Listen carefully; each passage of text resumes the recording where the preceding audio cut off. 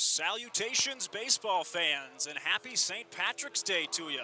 Hope you're feeling lucky, and thanks for tuning in to some Hustlin' Rebel baseball here on the UNLV Athletics YouTube page.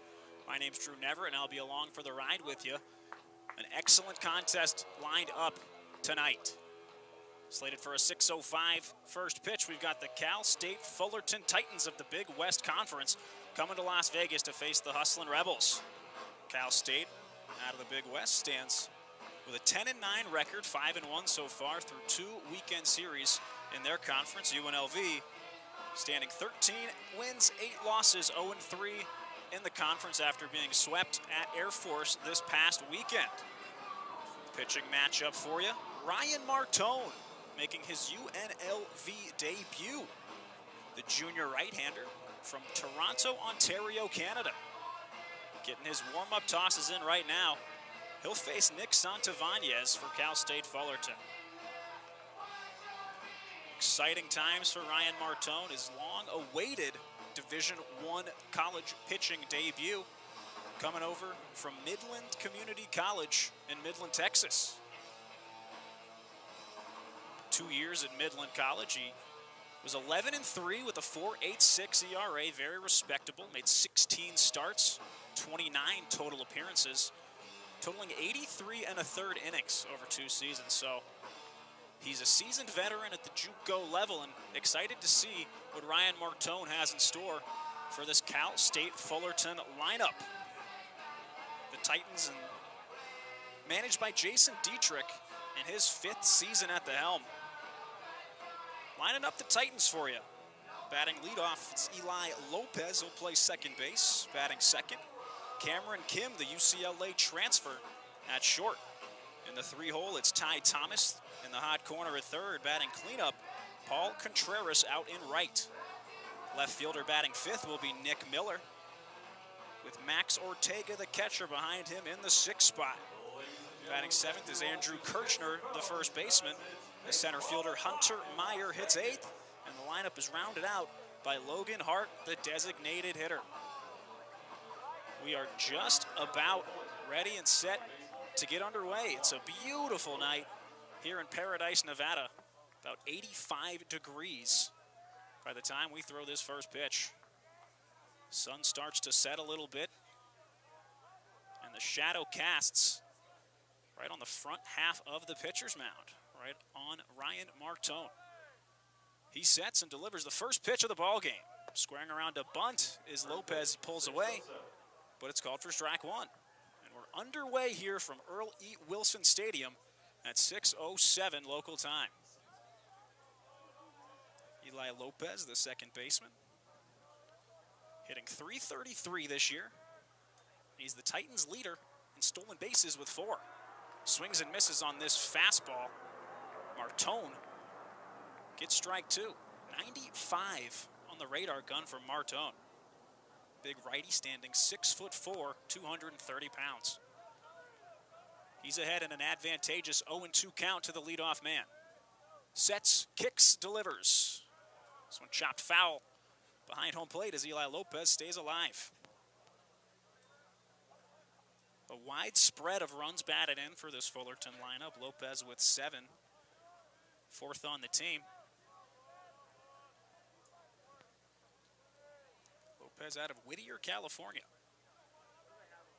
Martone looks in to the catcher Garcia's glove. The throw grounded over to the left side. That's Gunnar Myra, who sets, makes the throw. It's a bit high, and he's pulled off the bag just a bit. Rodriguez tried to extend, and Eli Lopez is aboard on a throwing error to start this game.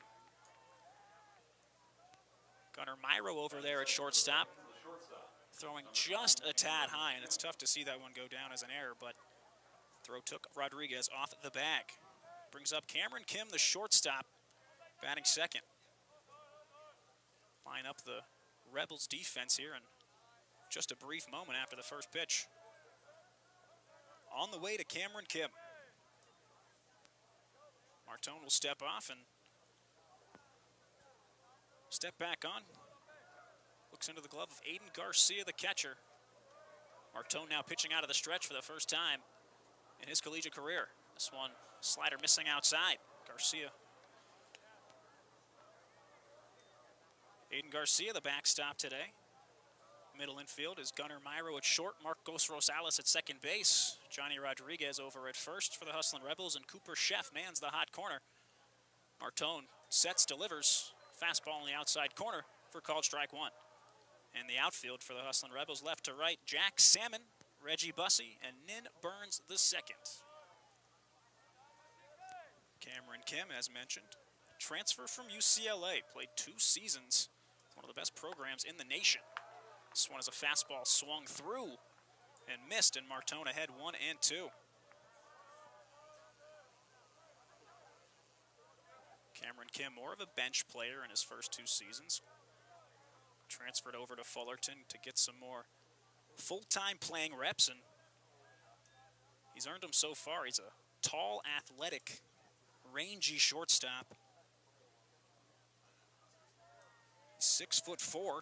He's the second tallest man on this Titans roster. Steps back in from the right-handed batter's box and awaits the 1-2 from Martone. But before that, Martone fires over to check the runner, Lopez. Slides back in safely. Lopez, 4 stolen bases, only 4 attempts, 100% success rate. Takes a couple extra steps off his primary lead. The 1-2 from Martone. Lasered foul down the first base side, and Kim stays alive.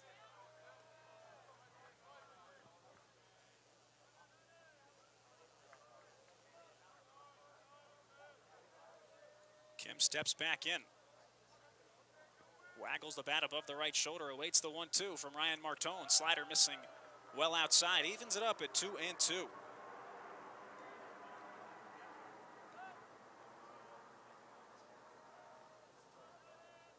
Cameron Kim out of Jurupa Valley, California, one of many, many Titans from the Golden State. 36 out of 38 Titans hailing from California. Pretty incredible. It's 2-2. Chopped foul behind the backstop. Just barely making contact with that fastball in order to stay alive is Kim. Kim, no home runs. Lopez with none either. The 2 Titans batters to hit so far, and it's not the most powerful team,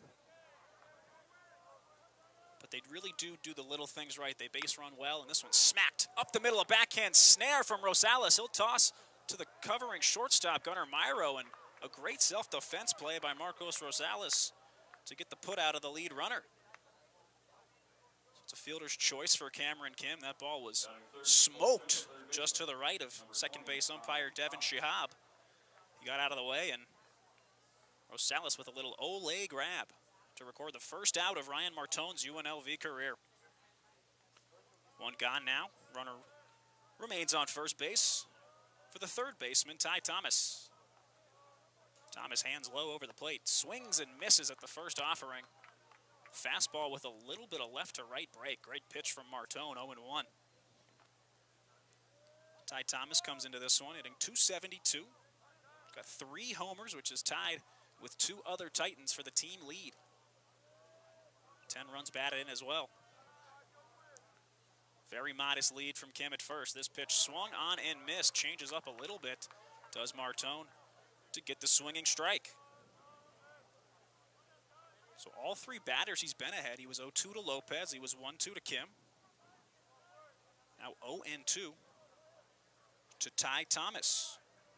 Transfer from Mount San Antonio College. 0-2 on the outside part, just misses. Garcia tries to frame that one inside a little bit, doesn't get the call. First ball thrown to Ty Thomas. Umpires today, Luis Hernandez calling balls and strikes, and he'll call time right there.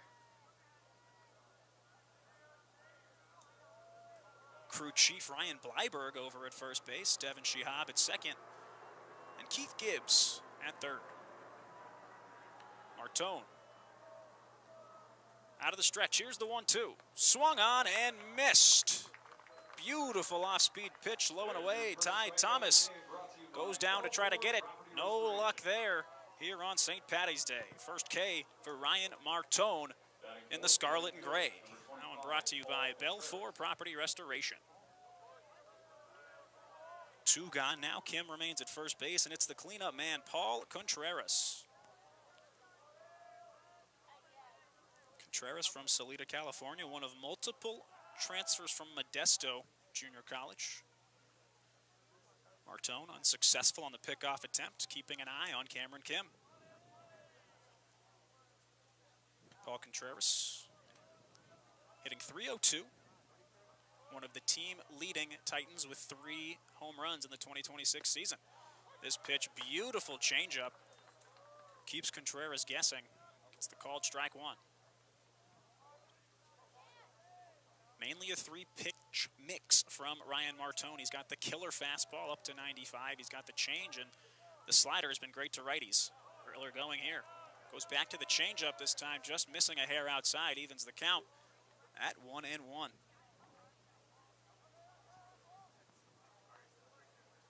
Contreras, a junior. Almost every player in the starting lineup for Fullerton, an upperclassman. Junior, senior transfers. The runner takes off. It's Cameron Kim. He got a great jump. The throw from Garcia a little bit to the right of the covering Rosales. And it's a successful stolen base for Cameron Kim. His first attempt of the season is a successful one. Was a called strike and 2 strikes and 2 outs, but the runner does advance into scoring position. Martone turns his focus to the batter. Checks the runner, the kick, the pitch, swing, and a miss. Gets Paul Contreras on the off speed, and a beautiful inning for Ryan Martone to kick off his Rebel debut. No runs, no hits, an error, 1 left, 2 strikeouts for Martone. And we're halfway through the first here from Earl E. Wilson, still scoreless.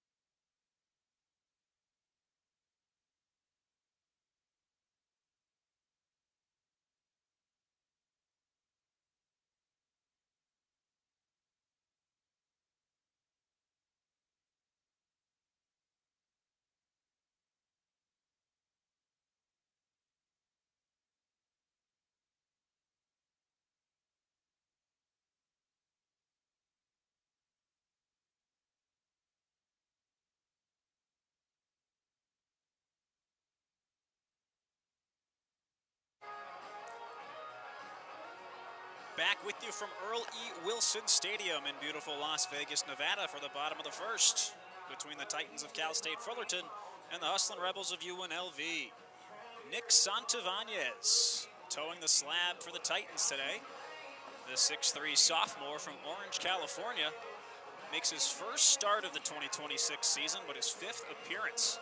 He's come out of the pen for 5 innings of work. Hasn't allowed a hit yet this year. Just 2 walks and 6 strikeouts in 18 batters faced. No wins or losses on his record. So Santivanez really getting a chance to spin it today in a midweek for the Titans. He'll face Reggie Bussey first, the center fielder for UNLV. Bussey's really come along as the season's advanced. He picked up a knock in the season opener. Missed about a week, but came back. He's fully recovered and constantly occupying the leadoff spot. He unleashes on the first pitch from Santivanez, but it's popped way up in the air. That's to the second baseman. It's Lopez who tracks it down and makes the grab as Bussey's almost halfway between first and second base. 1 pitch and 1 out for Nick Santivanez. Rest of the Rebel lineup for you. Marcos Rosales hitting second, playing second. Behind him is Drew Berrigan, the designated hitter. A cleanup spot occupied by Aiden Garcia, the catcher. And Burns, the second. The right fielder hits 5th with Johnny Rodriguez, the first baseman, batting 6th. First pitch inside, missing ball 1 to Rosales. And rounding out the rest of the order, Cooper Sheff at third base, Jack Salmon hitting 8th, playing left field, and Gunnar Myro at shortstop, rounding out the order. Here's the 1-0 from Santavanez. Tumbles a curveball right over the heart of the plate, taken by Rosales for strike 1. Marcos Rosales playing against his old team. A lot of familiar faces on the other side across the third base dugout. Rosales takes low, 2-1. Rosales 2 seasons at Cal State Fullerton before coming to UNLV and becoming the everyday second baseman for the Hustlin' Rebels. Santavanez, the windup, the pitch, big swing and a miss. 90 on the fastball from Santavanez. Evens up the count, 2-2. Rosales hitting .342 this year, 3 homers, 15 ribbies. Just a solid at-bat every time he steps up to the plate. Here's the 2-2, swung on, chopped past the pitcher. Lopez running, slips in the dirt a little bit. The throw is still in time for the 4-3 putout.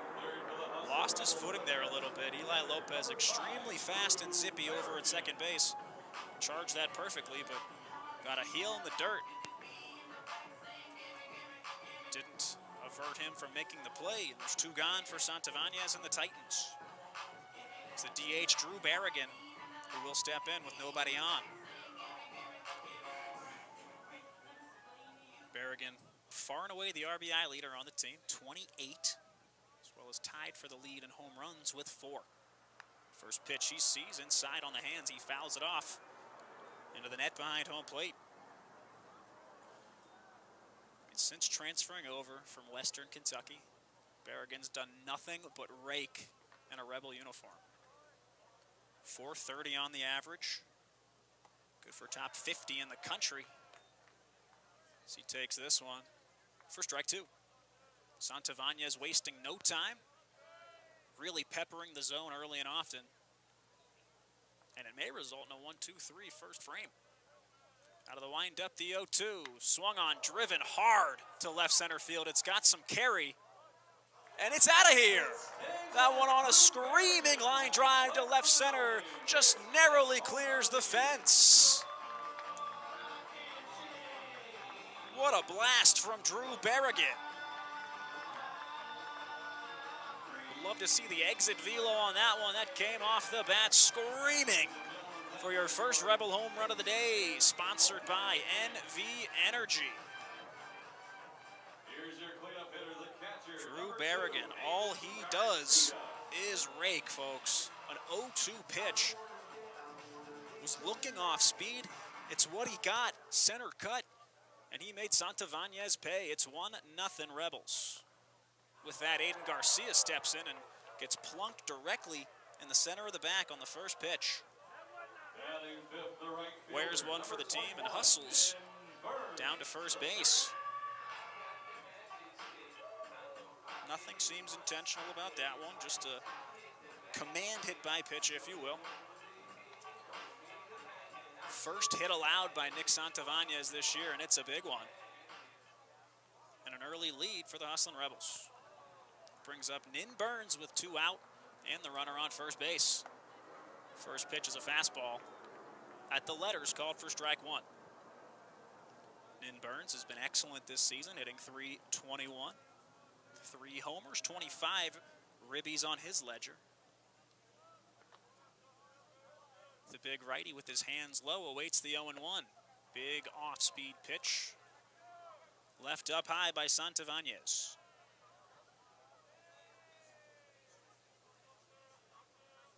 Count 1-1 to Burns. Aiden Garcia on first base. Not a huge stolen base threat. He's not really being held on. A little bit of room given by the first baseman, Kirchner, as Burns swings and misses on the slider for strike 2.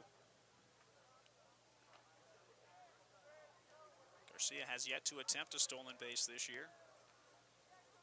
Santavanez knows this and turns his focus to Burns. Here's the 1-2. Burns swung on and missed. Santavanez elevates the fastball and will end the inning with the swinging strikeout of Burns. but a little bit of Rebel damage done. One big hit from Drew Berrigan. A line drive homer over the left center field wall. Through one full inning here at the Earl, UNLV leads Cal State Fullerton 1-0.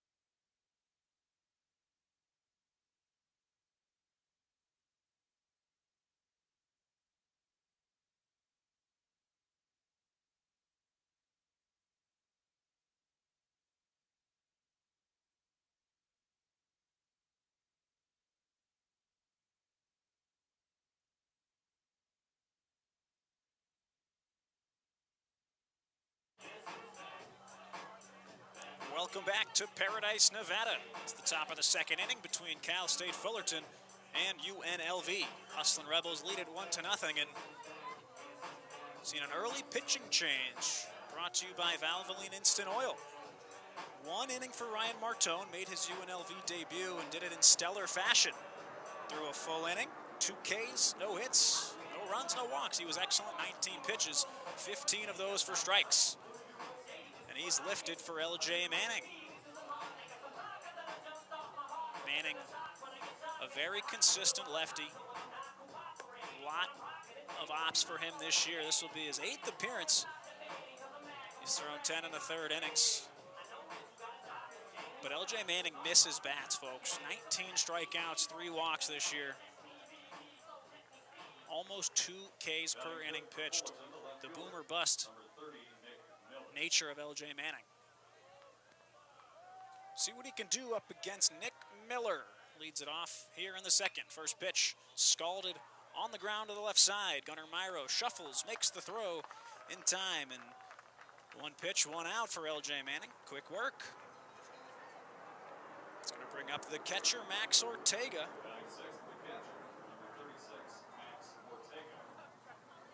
Max Ortega from Stockton, California. He's the catcher today, standing 6 foot tall.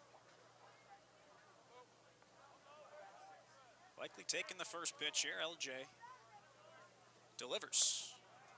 Just misses off the inside part of the plate. Ball 1.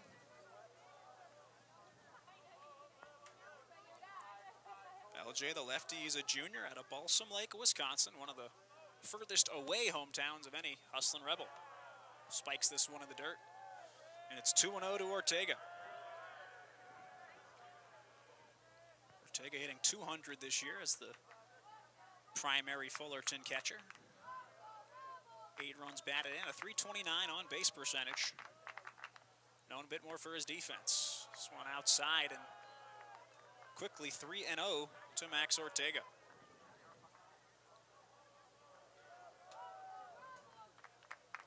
Manning looking to dial up a strike behind 3-0. Right down Broadway. Goes back to the fastball. That one at 91. Count stands 3-1 to Ortega. 3-1 pitch as we get a plane flyover. Checks his swing. He does not go. The pitch ruled inside, and Max Ortega reaches via the free pass. 3rd different base runner for Fullerton so far, and brings up Andrew Kirchner, the first baseman. Kirchner, the 3rd and final Titan, with 3 home runs. Tied for the team lead. Kirchner, 6'5", tallest player on this roster. Big left-handed hitter. First pitch low and away, blocked by Garcia. That's ball one. Kirchner plays some outfield, plays some first. Transferred from Golden West Community College. And before he sees his next pitch, it's a balk ruled on LJ Manning. Looks like he didn't quite come fully set. A little bit of twitch action there, and it's going to put Max Ortega on second base for free. It's already 2 errors now as well for the Hustlin' Rebels in the early going. Here's the 1-0 pitch from the lefty LJ Manning. Swings and misses and throws the bat. Wow, that thing went flying. That's why you have the nets there. This one actually cleared the outside part of the net, but luckily nobody sitting in. Went about the 7th row up on the furthest section down the first base line here at the Earl. It was a big swing and evidently not enough grip on those batting gloves or on the bat grip as swings out of the hands and into the seats. We got some ushers heading over, a great crew here at the Earl today, making sure everybody's all right. So no harm, no foul for Kirchner's mishap there. He'll step back into the box here, facing a 1-1 count.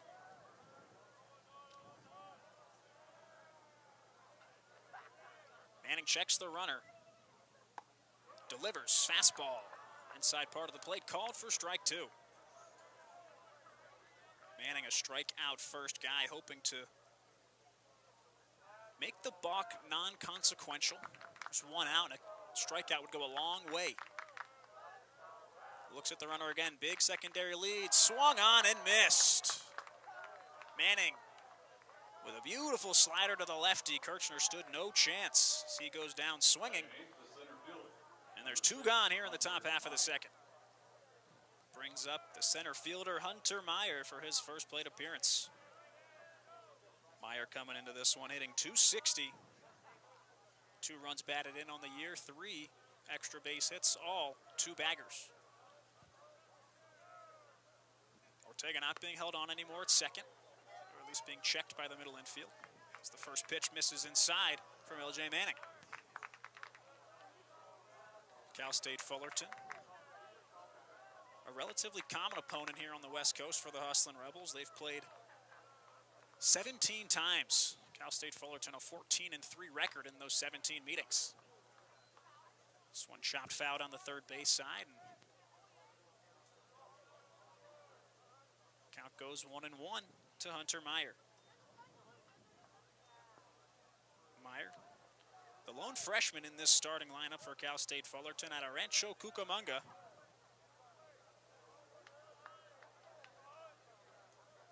Manning once again double checks the runner at second. Kicks, delivers, misses high with the fastball, 2-1.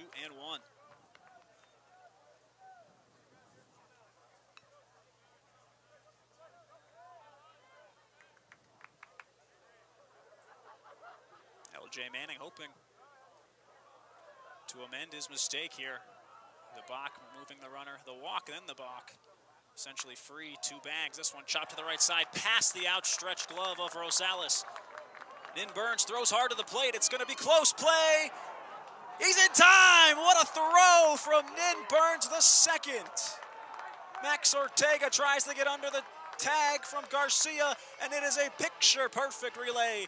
Nin Burns the second guns him out at home and keeps the Rebels in front. What a spectacular toss from Burns. The Rebels stay on top 1-0 halfway in the second inning.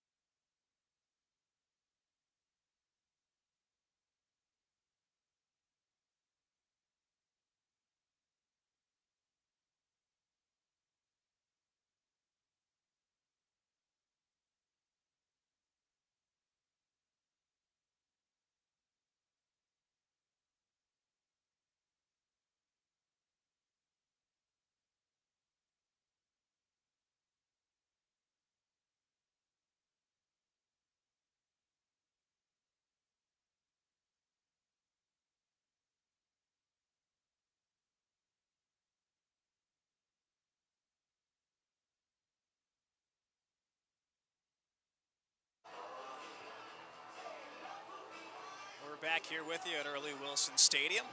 Went to the break just a tad early as it took a minute for the umpires to accept a challenge from head coach Jason Dietrich on the play at the plate. So the umpire stopped, went over to the first base dugout, pulled the Rebels back onto the field. You can see them congregated about halfway up the first baseline. Head coach Jason Dietrich thought the play was close enough to challenge. You know, as did I. Pretty close play. Phenomenal throw from Nin Burns in right field. It was a slow rounding of the base from Max Ortega. I mentioned earlier, maybe not the most keen runner. He was at second base and slowly rounded third. Burns, a quick little hesitation step before firing the perfect dart to catcher Aiden Garcia, who applied the tag. No replays in our view here as here come the umpires. Ryan Bleiberg, the crew chief, ready to make the call. The call is confirmed. So keep the outfield assist for Nin Burns and keep the emphatic out number 3 to end the top half of the second inning. Score remains 1-0 UNLV halfway through 2.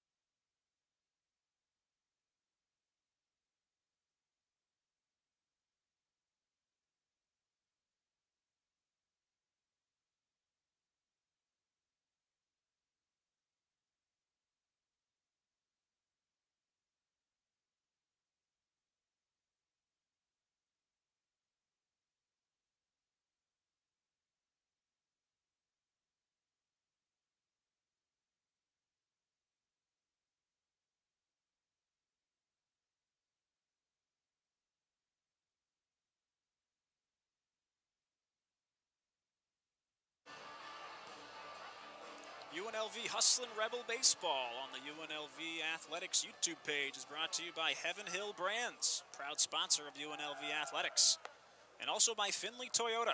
After the game or anytime, visit or click Findlay Auto. Findlay Toyota is the largest Toyota dealer in Nevada. Ask for John Barr. He'll do anything to sell you a car. Back with you for the bottom of the second. The UNLV Hustlin' Rebels lead the Titans of Cal State Fullerton 1-0. It'll be the 6, 7, and 8 men due up for UNLV.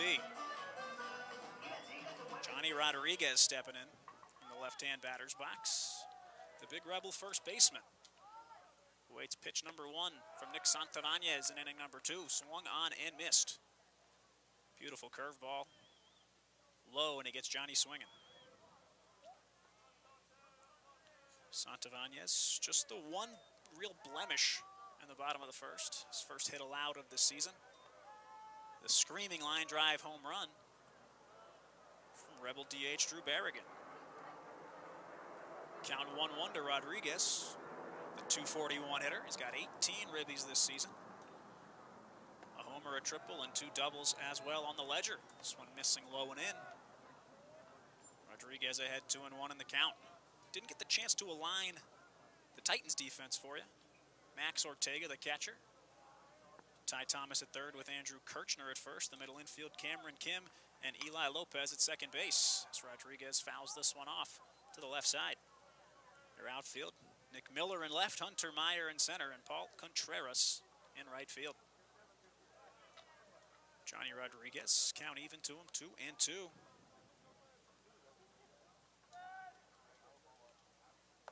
Pitch missing high, count runs full. This weekend against Air Force, Johnny Rodriguez, 3 for 12, 4 ribbies, 2 doubles, 3 runs scored.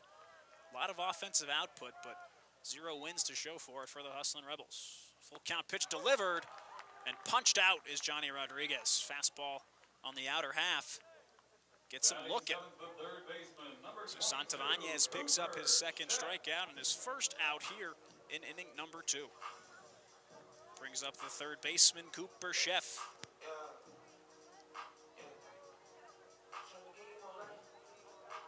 Chef also had a great offensive output. Colorado Springs this weekend versus the Falcons. 3 for 11, 4 runs scored. He hit a homer, drove in 3 runs as well. He offers at the first pitch, fouls it off. Please be aware of the dangers of foul balls. Remember, free souvenirs do not come without risk, so keep your eyes on the action at all times. Talk a bit more about this last weekend series. UNLV offense was nothing to scoff at, but they were swept. The pitching tougher than expected up in Colorado Springs. This one tumbles into the zone, watched by Chef. He's behind 0-2. They were outscored 49-36. Got a lot of offensive output. So the Rebels looking to carry that offensive momentum into tonight's game. This one hung and driven out to center. Giving chase is Hunter Meyer. He's back at the track and will make the catch with his heels on the dirt. Chef just getting underneath that one results in a fly out and a second quick out for Cal State Fullerton. Brings up Jack Salmon, the left-handed hitting left fielder for the first time in this one.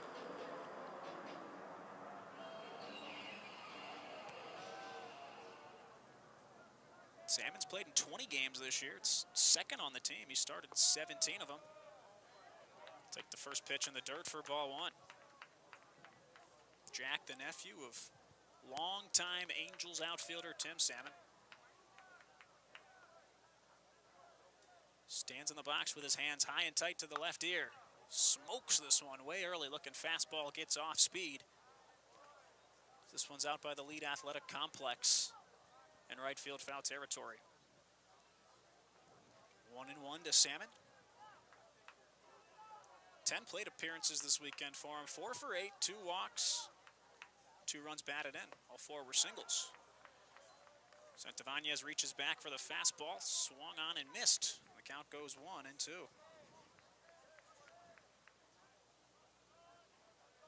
Salmon looking to extend the inning here, get a base runner, and hit against this Titans shift that's put on him.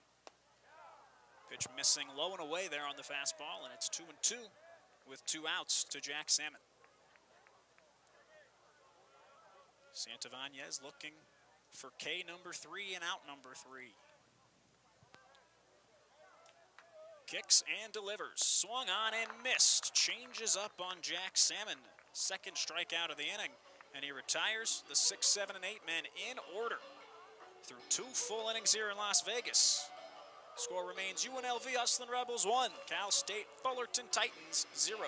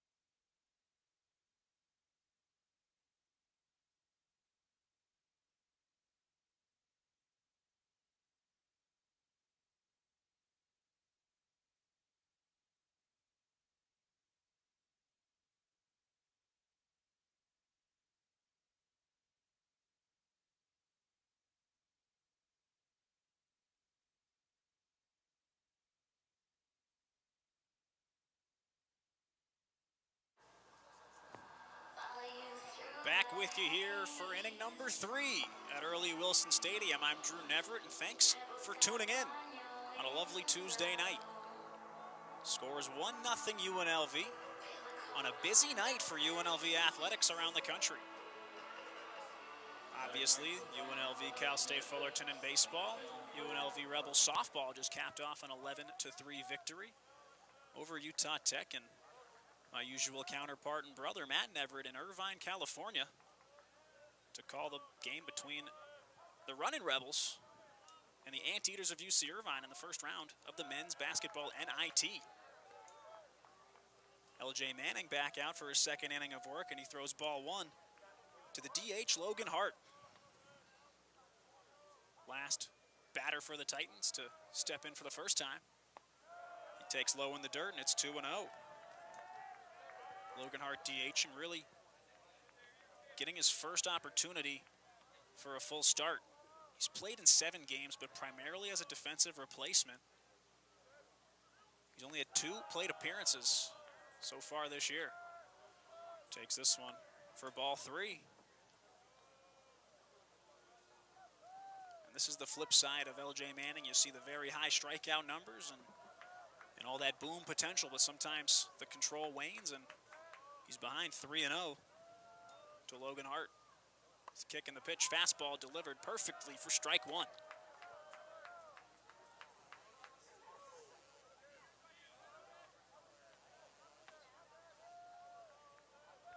Other big game going on, the Championship of the World Baseball Classic, a really exciting one.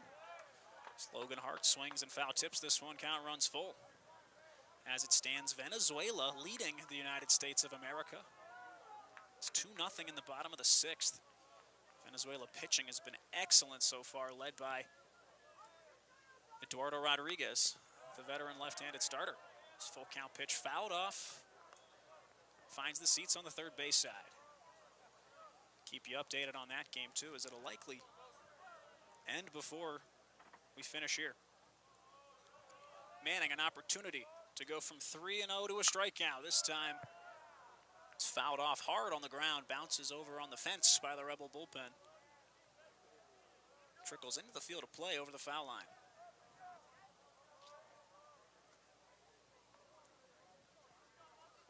Logan Hart, the junior outfielder, one of a few Fullerton players to have transferred from Modesto Junior College. Here's the kick and the 3-2 pitch. Manning misses high and in, and Logan Hart's aboard with a leadoff walk. It's 2 walks for LJ Manning, and the third time the leadoff man's reached in as many innings for Cal State Fullerton.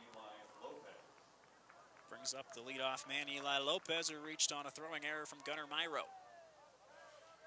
Talk about Cal State Fullerton and baseball circles. Collegiate baseball people know just how dominant they were.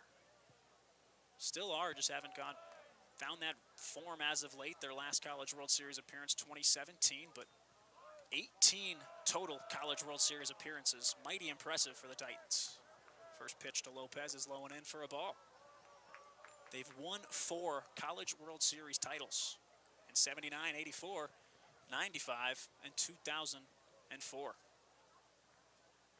Pitching coach Jeff Opalewski walks out from the Rebels' first base dugout to go have a word with LJ.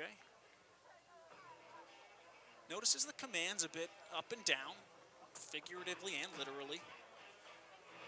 I've seen a lot of these types of mound visits from Coach Ope. He's a wealth of knowledge and knows every little minute detail there is to know about pitching, about a guy's mental status when he's out there on the rubber, and especially when you bring the full infield in for a mound visit like this. Everybody can hear what you're talking about, and you want to use that as an advantage. You want to hype your guy up, make sure LJ is calm, cool, collected, and ready to deliver some strikes, especially with the top of the order coming back around. Still pitching with the lead is Manning. Tying run over at first base in the form of Logan Hart. Eli Lopez squared around a bunt on that first pitch, as he did the first pitch of the ball game. Manning feigns the kick, then throws over to first to check the runner. He's back in, standing up. You always want to keep a speed threat like Eli Lopez off the base. Manning also worried about the guy in front of him. Lopez squares around to bunt. Ball high, and Lopez is ahead 2-0. Good tactic, too, by Lopez when a guy is just overextending and maybe pushing the ball high a little bit to play those mind games with them, square around to bunt, regardless of whether that's your intent to move the runner over or not. Manning checks the runner, throws well outside as Lopez pulls back on a bunt, and for the second straight batter, Manning falls behind 3-0. Would be shocked to see Lopez try to come around to swing here. Umpires now call time. Manning. It's going to be a pinch, probably a pitch clock violation. Didn't have my eyes on that, but both umpires stopped the game. Both Luis Hernandez behind the dish and Devin Shahab at second. Both called time, said that too much time was taken, and it's a base on balls for Eli Lopez. So 2 straight walks for LJ Manning to start off the third. Stan Stolte trots out and asks for an explanation from Luis Hernandez. Maybe wasn't the most clear or vocal pitch clock violation call, but counts just the same. So still nobody out. Runners on first and second, and it's Cameron Kim. Kim reached on a fielder's choice, hit that screamer of a ground ball. And Marcos Rosales picked with his backhand. Kim did reach on a fielder's choice and would steal second base. First pitch from Manning goes off speed, misses well outside for ball 1.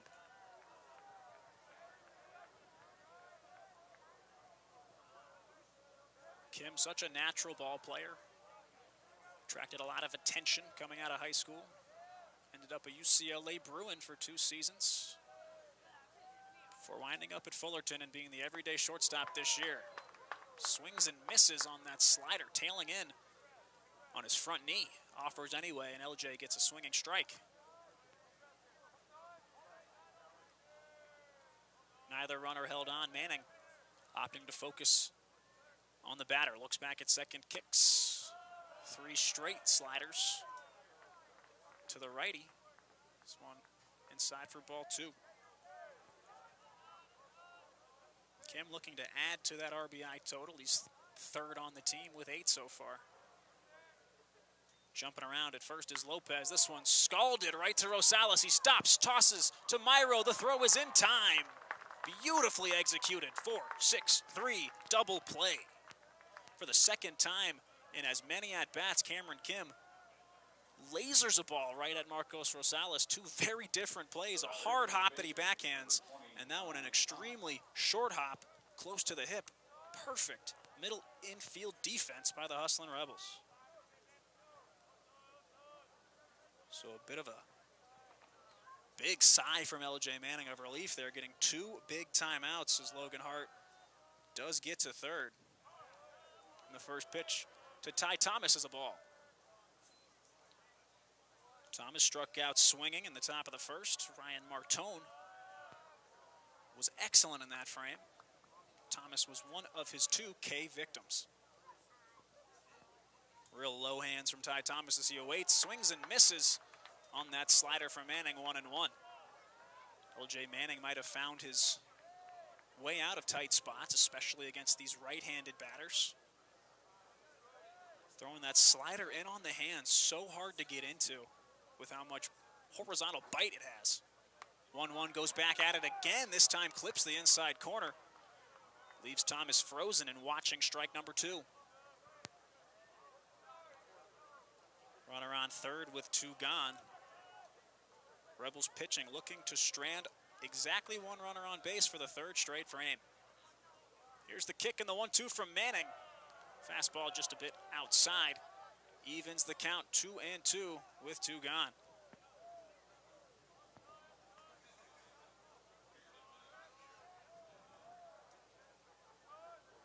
Logan Hart, very short lead over at third. LJ dials up the 2-2. Froze him. Caught him looking. Beautiful, beautiful slider once again from LJ Manning, and this time uses it to escape the jam. Ty Thomas strikes out for the 2nd time. 2 walks for Manning, but no problem for the Hustlin' Rebels. No runs, no hits, no errors. 1 left halfway through the 3rd. Score remains UNLV 1, Cal State Fullerton 0.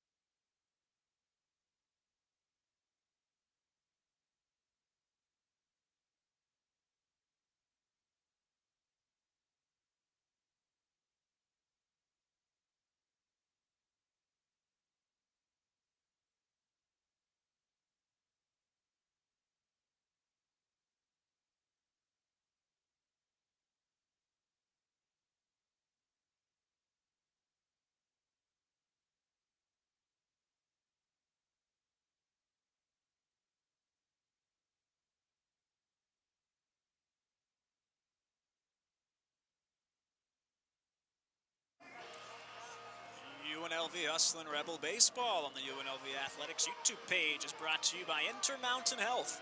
They're here to help you live the healthiest life possible. As the official health partner of UNLV Athletics, Intermountain Health is dedicated to promoting health and wellness in our community. It's the bottom of the third, and we'll see a new pitcher for Cal State Fullerton. Relieving Nick Santavanez is Joseph Hasso. Right-handed pitcher standing 6'3" out of Southgate, California, transferring over from College of the Canyons. Relieving Nick Santavanez, the starter, typically out of the bullpen, so was never going to go an extended amount of time. It's the first pitch to Gunnar Myro. It's the outside corner for called strike one. Final line on Santavanez, 2 innings pitched, 1 hit, a run, it was earned, and it was that homer from Berrigan. No walks and 3 strikeouts. 28 pitches, 19 of them for strikes. Hasso's pitch in the dirt. Count even 1-1 to Gunnar.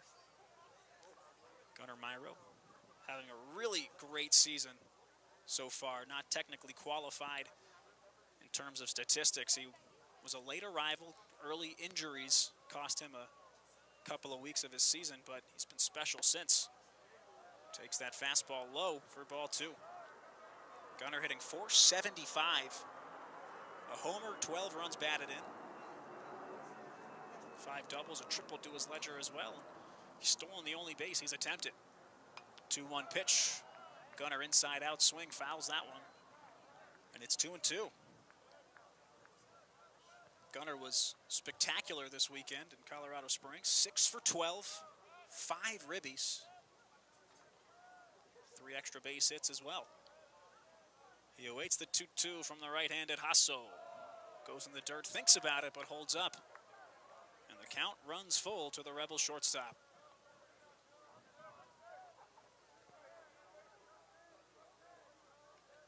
Hasso in the long sleeves. Starts the windup, the high kick, the pitch. Grounded to the right side. Short hop, fielded cleanly by Lopez. Short side arm toss, and he'll retire Myro for the first out. One time full through the order, just the 1 hit for UNLV.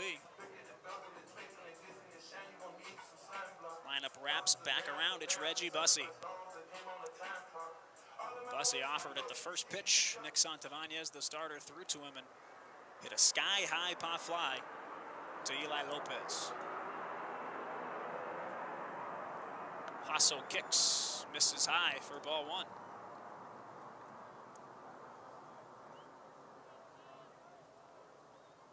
Bussey 4 hits this weekend. One of those being a homer. He's got some real pop from that left side. 1-0 pitch, off speed from Hasso. Finds the outside part of the plate, called for strike 1. Hasso coming into this one. This is his 9th outing of the year. He's got a 2.16 ERA. Very effective through 8 1/3 innings pitched. Fastball missing way low, 2-1 the count. 6 walks, 10 Ks.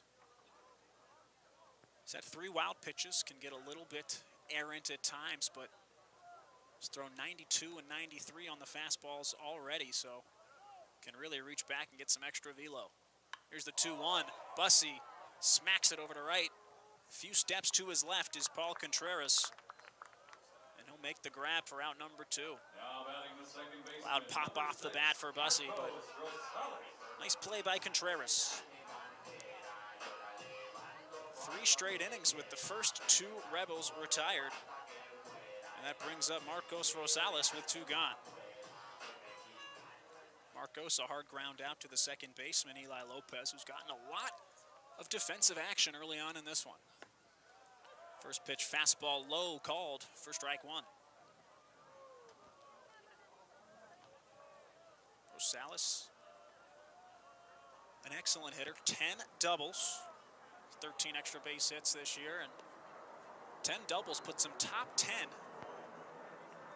in collegiate baseball this season. Always able to find that gap, and he's got such good hands, point A to point B in no time at all. Some serious zip on his swing. He took a ball, and the count's even 1-1. Hasso sets, delivers. Buckles the knees of Rosales. The slider curving in and clipping the inside corner for called strike 2. Hasso looking to retire the Rebels in order. Here's the 1-2. Pitch outside. 2-2 to Hasso. He's got kind of a two-parted delivery. Starts a little bit angled, 45 degrees or so, and then a very short step to start the rotation. Into the stretch, swung on and missed. A beautiful fastball. He blows it right by Rosales, and it's a 1-2-3 inning for Joseph Hasso and Cal State Fullerton. We're through 3 full frames here from the Earl. UNLV maintains a 1-0 lead over Cal State Fullerton.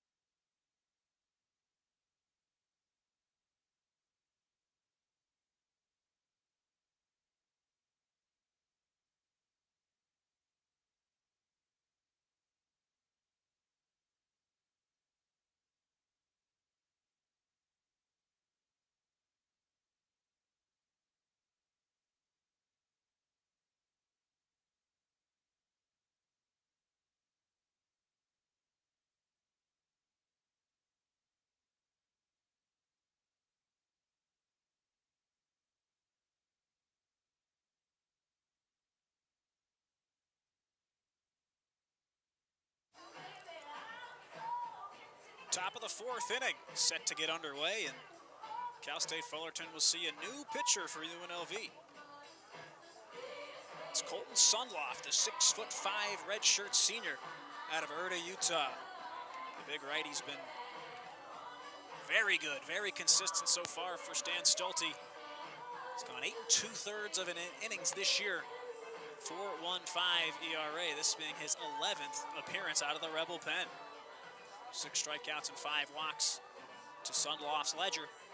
So far in 2026, he relieves LJ Manning. 2 solid innings, no runs, just the 1 hit. 3 walks and 2 strikeouts for LJ.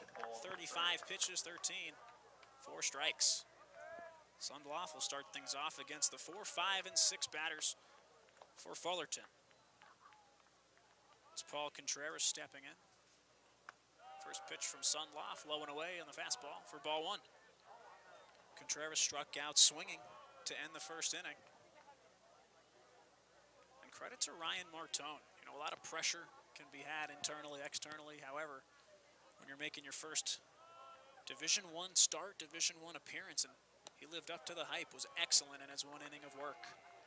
Sundloff off speed outside, 2-0 to the Titans right fielder.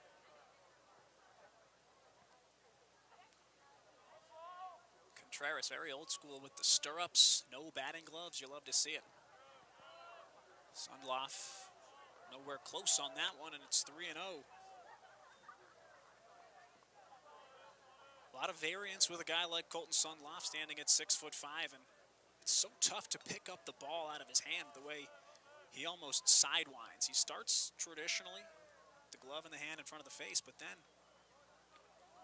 takes the step backwards, keeps the chest squared, reaches all the way back, and delivers this time for an outside corner, strike 1.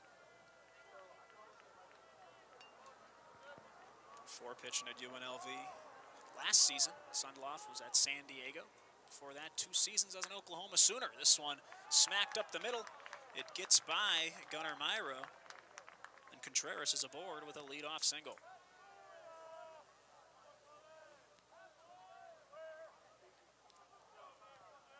First hit for Fullerton in this one. Number 30, Nick Miller. So they'll certainly look to strike and get some offense of their own going. Brings up Nick Miller, the left fielder. Miller grounded out to Marcos Rosales in the top half of the second inning. Miller hitting in the 5-hole, but he's the team leader in batting average coming into this one, as well as RBIs. Coming in hitting .317 and 11 ribbies. First pitch to him, Sundloff misses. Contreras, 3 for 5 on the base paths, trying to swipe bags in 2026. So someone that Sundloff will have to think about is time's going to be called by crew chief Ryan Bleiberg to have a word with the pitcher Sundloff. Not sure if this is a warning of sorts, but typically if it's a conversation about a balk or pitch clock violation, they just give it to him. Trying to examine further what's being discussed here, but Cooper Sheff comes over to maybe smooth things over a bit. And now we'll have a meeting of all the umpires over to the left side of the pitcher's mound. Stan comes out, standing on the first baseline to have a word. Only a couple of things come to mind in an instance like this. It could be the official, initially what I thought, the umpire, being nice to Sundloff and saying, hey, watch where you're standing, watch where you're setting. We don't want to have to call box on you, but now they're talking for an extended period of time, and only other thing that comes to mind is, a gear malfunction or a sticky substance. Remember when we went through all of that in collegiate and professional baseball, where guys put spider tack on their gloves and things like that to get extra RPMs on their pitches and things of that nature, but no one here in the booth seen anything to spark any concern for the right-handed Sundloff. He's standing set right now, taking some warm-up throws, and really not sure what's happening here. Something, too, to think about is, just breaking down the mechanics and windup of Colton Sundloff. It's really unorthodox. Something that umps aren't typically used to seeing, but Sundloff does have that right foot that he stands to the back and steps basically directly behind the rubber before turning and sidewinding, but much ado about nothing. As Nick Miller steps back in, facing a 1-0 count. Paul Contreras, short lead off first base. Sundloff set in his motion, kicks, delivers, swung on, chopped to Sheff. Runner was taking off, so Sheff won't be able to make the play at second. Turns, throws to first, and retires Miller. 5-3 on the putout. Paul Contreras wise to take off there after that commotion, having to do with Sundloff's starting position on the mound. Nonetheless, Sundloff retires his first batter of the evening, and that brings up the catcher, Max Ortega. Ortega had an eventful trip around the bases in the second inning. Drew a base on balls, was balked over to second by L.J. Manning, and was then thrown out at home by Nin Burns. Swings and misses on a slider outside for strike one. Sundloff, a guy who's been very important, second in the team, and appearances out of the bullpen. Changes up on him again. 81 miles per hour, swung over and missed by the Fullerton backstop Ortega. Quickly behind 0-2, and Sundloff looking to bring out his strikeout stuff. Toes the rubber, kicks, pitches. It's well low. Garcia will block that one. First ball that Ortega's seen this plate appearance. Top of the fourth. Still one gone, still 1-0 Rebels. Same score since the bottom of the first. Rosales heads over to second, the throw back to him. It is a balk. Not in time, no threat. Contreras just took a quick step back to second and safely. But now he gets to trot to third. Second balk for the Hustlin' Rebel pitching staff tonight. And here's Stan Stolte coming out of the pen, coming out of the dugout, pardon me. Maybe looking towards the pen, but I think he's just going to have a word with the umpire crew. He's walking over to Devin Shahab, who called that balk. It's easy to, feel targeted in an instance like this, where you had a warning really with nothing to prompt it.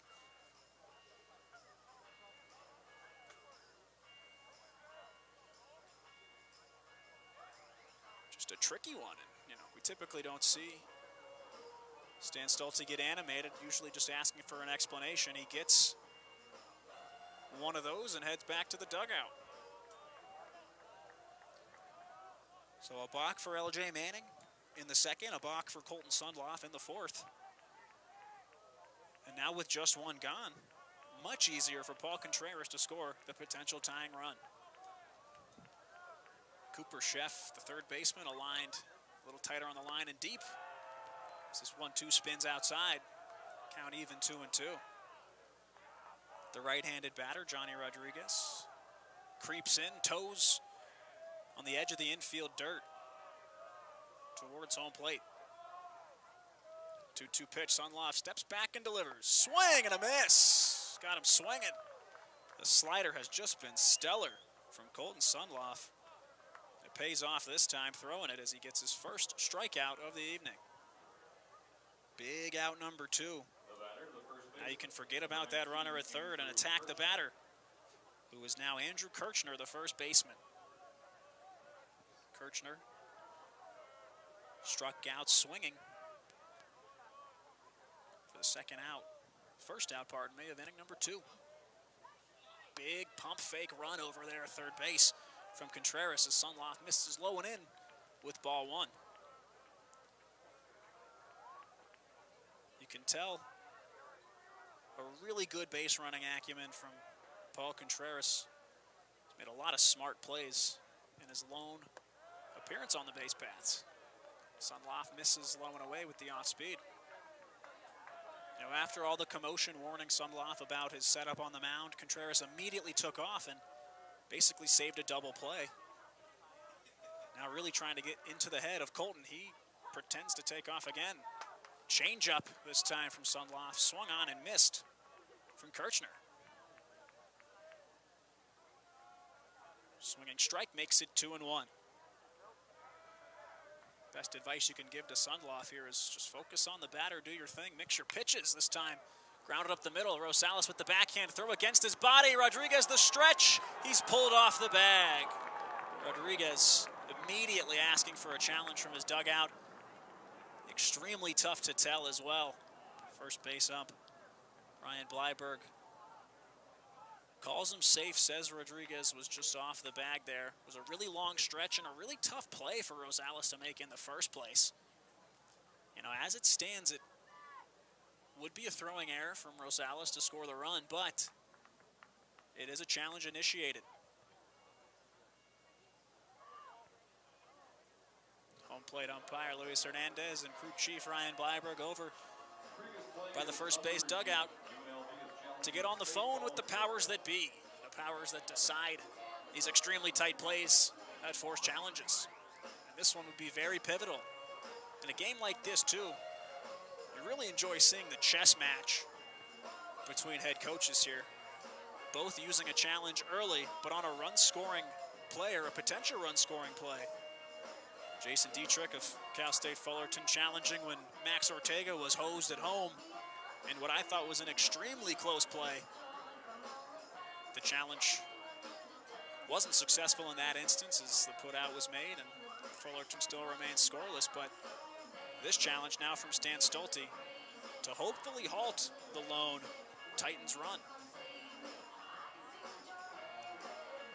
Real tough to tell from the angle that we have back here from the naked eye. Rodriguez has a lot of flexibility over there for a big fella at first. Had a big stretch almost down parallel with the first baseline. Something, too, that you're not really going to fool too many umpires on is once he made that play, he wasn't sure if his toe was still on, so he immediately swung back around 180 degrees trying to apply the tag. That wasn't successful, and that also could have prompted Ryan Bleiberg to make that call, because Rodriguez may not have consciously thought he was on the bag, but real close play and a relatively quick review as well. Umpires trotting back out to make the call.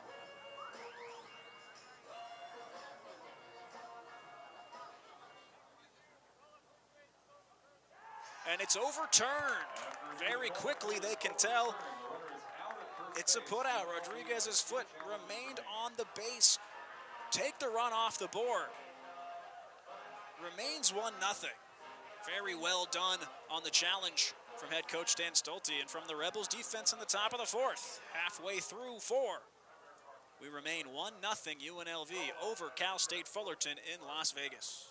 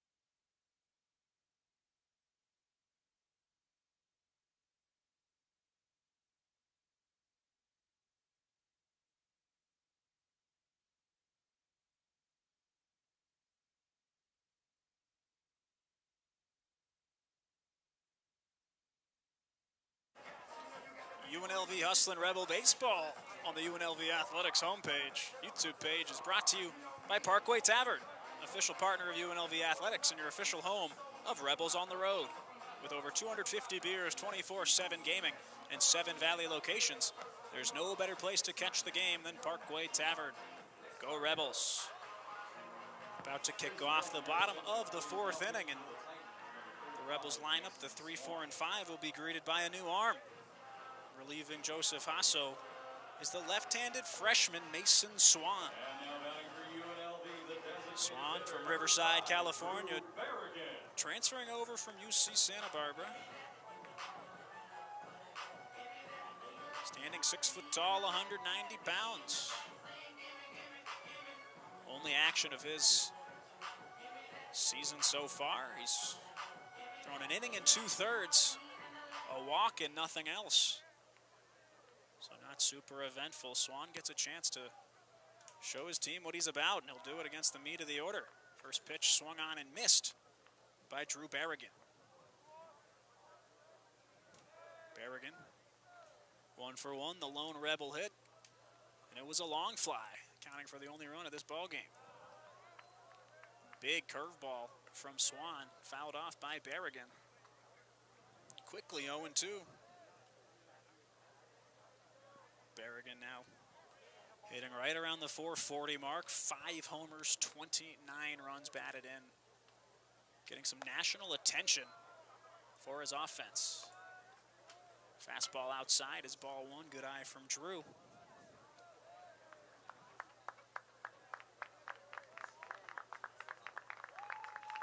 He awaits the 1-2. Swung on, driven the opposite way. Will it stay fair? It will. Bounces just to the left of the line. Berrigan rounds second. Rounds first and stands up at second with a lead-off double. Great piece of inside-out hitting from Drew Berrigan, and he's 2 for 2. And in scoring position as the leadoff man. Berrigan just consistent no matter the count. He hit his home run on an 0-2 pitch. Hits a double on a 1-2 pitch the other way. Brings up Aiden Garcia, the cleanup man, and the catcher. Garcia hasn't had a chance to do much. Saw one pitch and it went directly in the center of his back for a hit by pitch. Takes a fastball right down the middle. That's called strike one.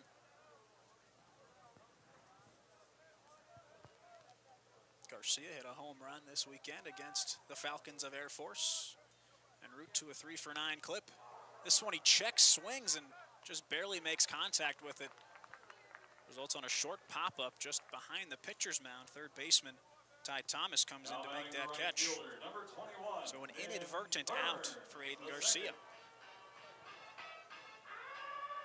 Mason Swan happy to get his first out in this one via the check swing pop-up. Brings up the right fielder, Nin Burns the second. Burns struck out to end the first inning. Stranding Garcia on first. First pitch from Swan, low and in. That's ball one. Checking back in on the World Baseball Classic final from Lone Depot Park, home of the Miami Marlins. It's 2-0 Venezuela, just 2 hits for the USA. Things getting urgent. Swung on and missed from Burns, evens the count 1-1. Bryce Harper up at the plate has the potential tying run. With Bryce Turang occupying first base. Keep you posted on how that goes. Swan turns around the pickoff move and he got him. Just a perfectly executed throw, really special. Berrigan leading off just a bit too much, did not see that coming. Eli Lopez, incredibly talented defender at second base, sprints up, so well timed with the freshman Mason Swan, and Swan could not have put that ball any better. Lopez didn't have to move the glove and the tag was applied. It's 1-2 pitch, now with 2 gone. Finds the inside part for called strike 2. A pick off and a pitch later. All of a sudden, Swan close to facing the minimum in 1 inning of work. Here's the 1-2, the kick, Burns chops it over to the left side. Thomas fields, hard throw is in time. Andrew Kirshner makes a great stretch, and that's going to do it for the bottom of the 4th. Still 1-0 UNLV here from Las Vegas through 4.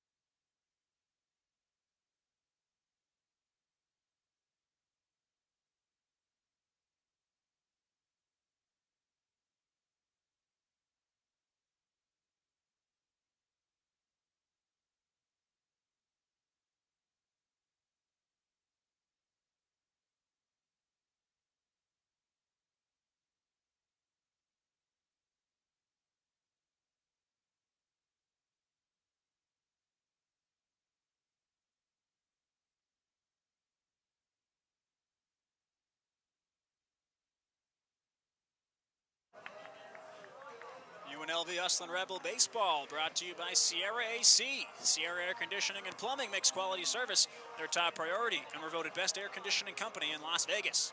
Their highly trained technicians will make sure the job is done right the first time. Sierra is here to help you 24 hours a day, 7 days a week. Call Sierra Air Conditioning and Plumbing today for service that soars above the rest. I'm Drew Neverett welcoming you back in to Earl E. Wilson for the top of the 5th, where UNLV leads Cal State Fullerton 1-0. Colton Sundloff back on the mound for his 2nd inning of work. Due up for Fullerton, Hunter Meyer, Logan Hart, then back to the top of the order for Eli Lopez.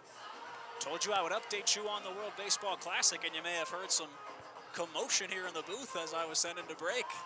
Bryce Harper, Las Vegas native, former #1 prospect in baseball, future Hall of Famer.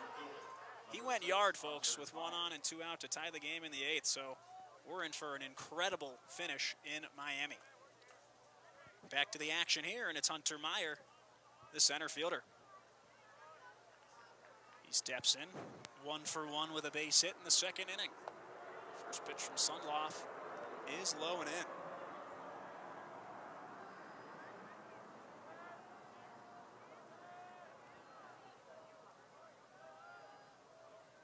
Meyer steps back in. Sundloff did an excellent job to escape a jam in the 4th.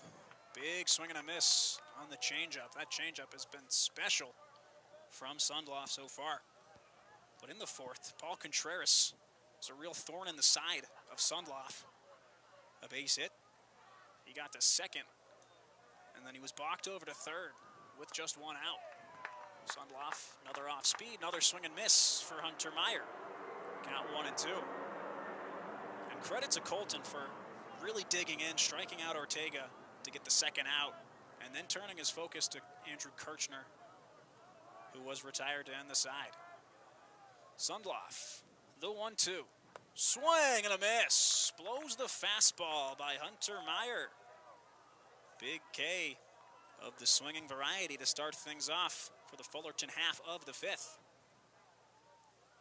Quick word from Hunter Meyer to Logan Hart.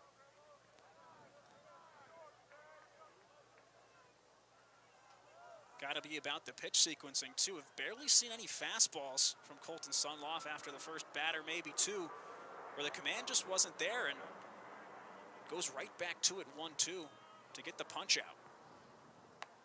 First pitch is outside missing for ball 1. Logan Hart drew a walk to lead off the visiting half of the 3rd. We've already seen 6 different pitchers combined from both sides as Sundloff changes up to get a swing and a miss for strike 1. For UNLV, it was Ryan Martone with a shutout frame. LJ Manning, 2 scoreless innings. Nick Santavanez, the starter for Fullerton, went 2 frames as this one's bunted back foul into the netting behind home plate. After Santavanez, Joseph Hasso went a very efficient shutout inning, got a K, no base runners, only 15 pitches, and was lifted for Mason Swan, who threw a great frame in the 4th. Some great pitching here on a midweek Tuesday clash.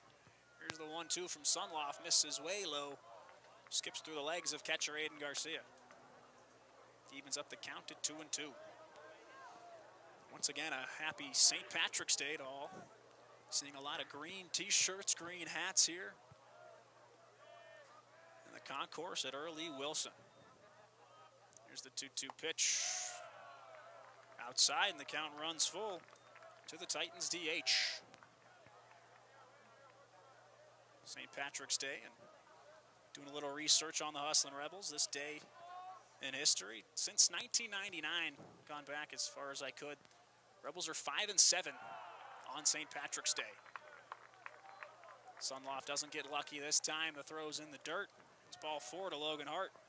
2 plate appearances and 2 walks for Cal State Fullerton's DH. Lineup flips back to the top, and it's Eli Lopez.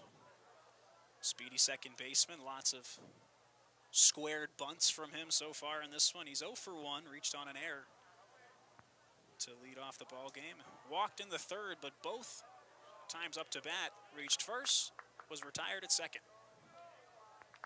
He awaits the first pitch from Sundloff. It's a slider at the knees for called strike 1.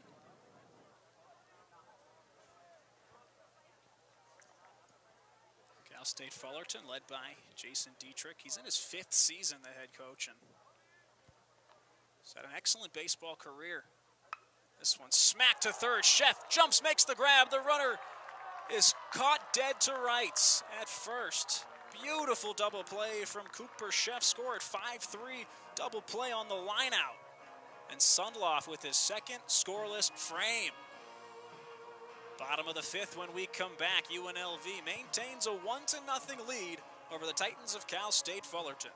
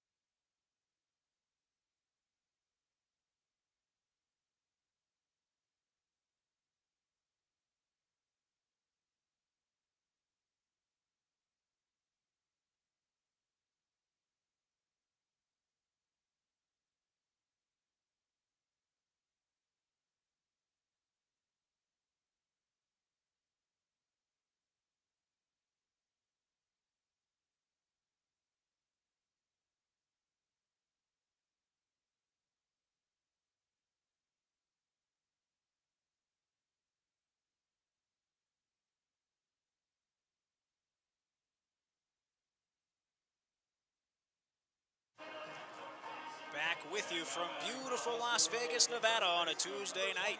It's the bottom of the fifth inning, and UNLV leads 1-0 over Cal State Fullerton. Got a pitching change for the Titans. The fourth Titan to toe the rubber will be Landon Martin. Martin wearing number 46. He's a sophomore from La Habra, California. He stands at 6'4". He relieves Mason Swan, who was excellent, faced the minimum, gave up a double, but retired him via the pick off.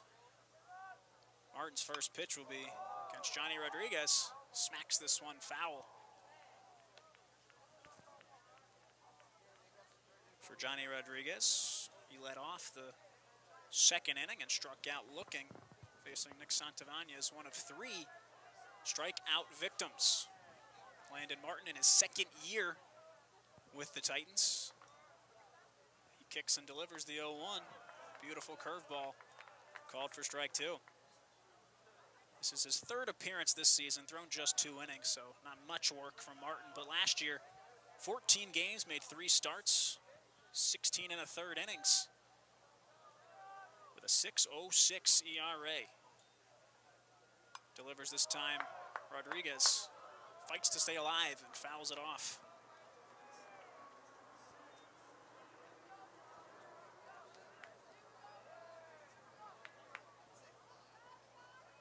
Rodriguez, couple of nice plays at first so far, including a stretch that saved this from being a tie game. Another 0-2, another foul ball for J-Rod. You know, I've spoken ad nauseum about the athleticism from Johnny Rodriguez. We've seen it a lot on extra base hits so far this year, and got a stolen base too. He's got sneaky speed, but the range over at first and the flexibility, an asset tonight. His curveball ducks across the zone and just misses a hair inside for the first ball to the Rebels' first baseman. Count moves 1-2.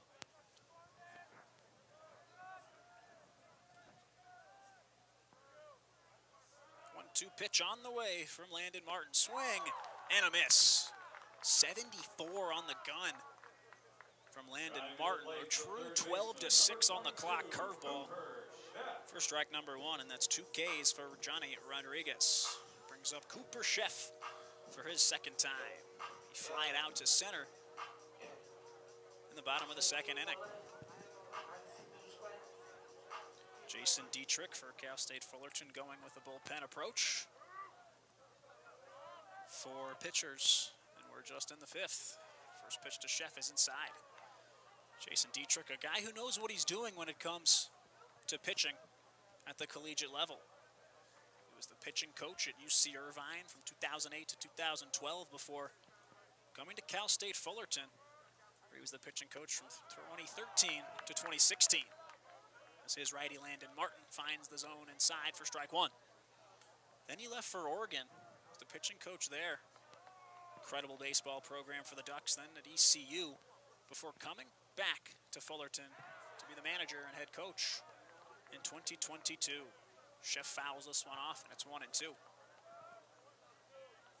lot of guys, too, when you talk about the coaching ranks of baseball, it's, you know, who did you get to the major leagues? Who did you really help find themselves and tweak their mechanics to make them into a star? And the golden goose for Jason Dietrich was David Peterson. That name sounds familiar. He was consensus All-American back in 2017 before being a first-round pick out of Oregon for the New York Mets. As Sheff lines this one off the shortstop's glove. It's a base hit as he hit that one hard, and Cameron Kim, a tall shortstop, had to try to time that jump and still nicked off the top of his glove. So a nice base hit for Cooper. Finds him aboard with 1 gone. Brings up Jack Salmon for the 2nd time. Salmon struck out swinging to end the 2nd inning. Would love to be able to move Cooper over at the very, very least. Still just a 1-run game. Anything on the table. First pitch from Martin. Misses outside for ball 1.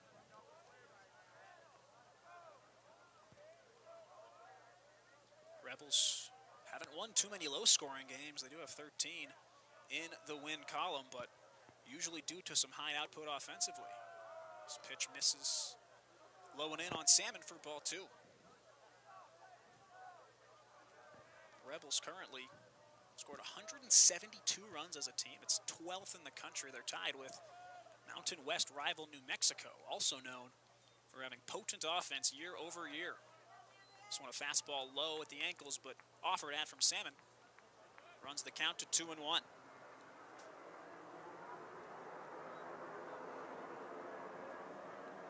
Rodriguez chatting a bit with Andrew Kirchner, the first baseman, for leading off directly behind him. Holding him on, and he'll toss over. Rodriguez scurries back safely. Rodriguez, a guy that always on the mind of the pitcher when he's at first. He's got big strides. Can steal the bag if he needs to. In an instance like this, Rebels haven't had too many base runners. Salmon scorches one up the middle. That's a base hit. Gets by Eli Lopez, and it's bobbled in center. Sheff is going to head all the way to third base.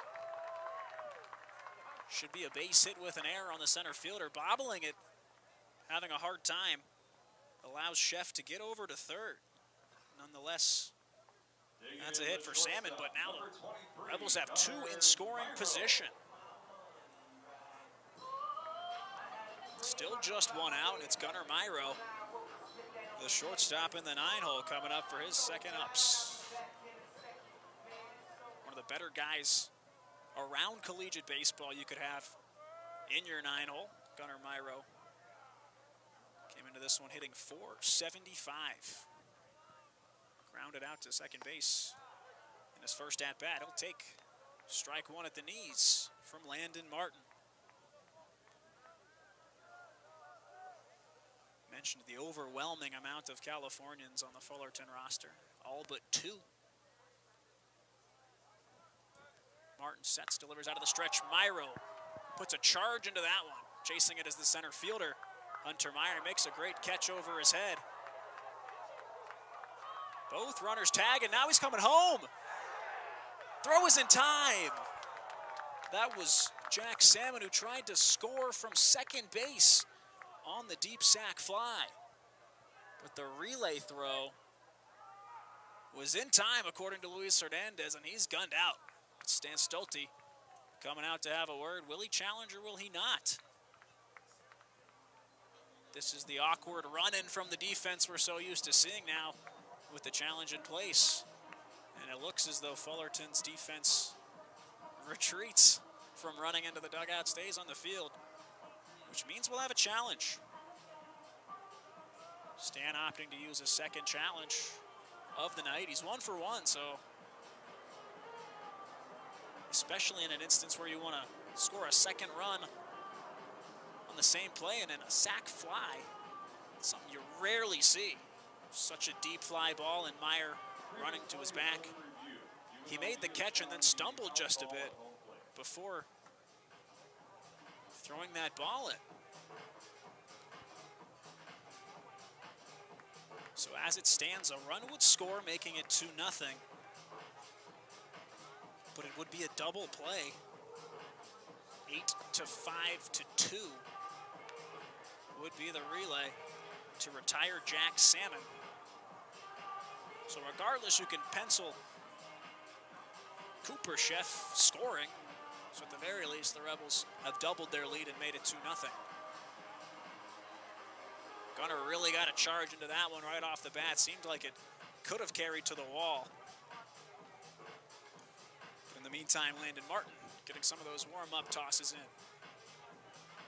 Leadoff man Reggie Bussey out of the on-deck circle, and he was taking some healthy hacks. Getting ready in case his teammate and outfield mate Jack Salmon is in fact safe at home. Really tough to tell. Very, very similar to the relay play we saw on the other side of things when Nin Burns gunned out Max Ortega of Cal State Fullerton.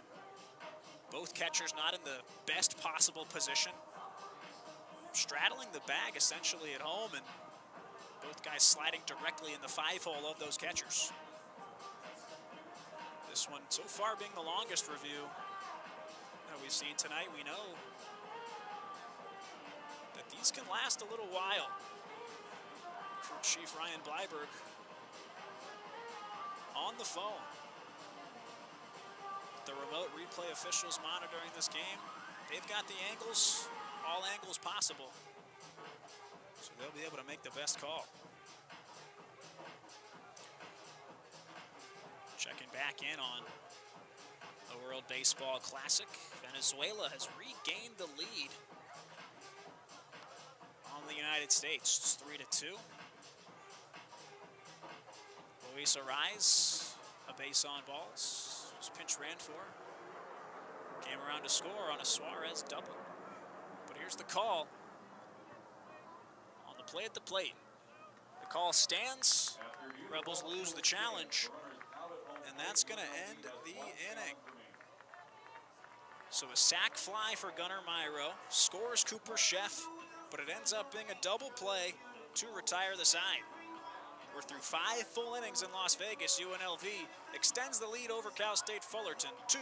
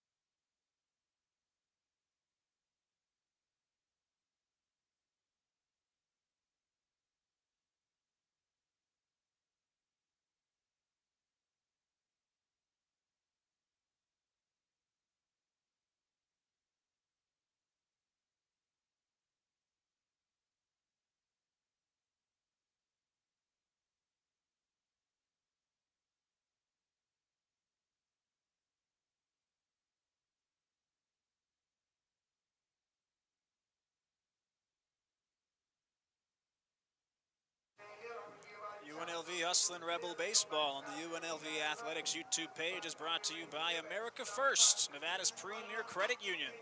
Whatever financial goals you've got for yourself, your family, or your business, America First can help you get your money working.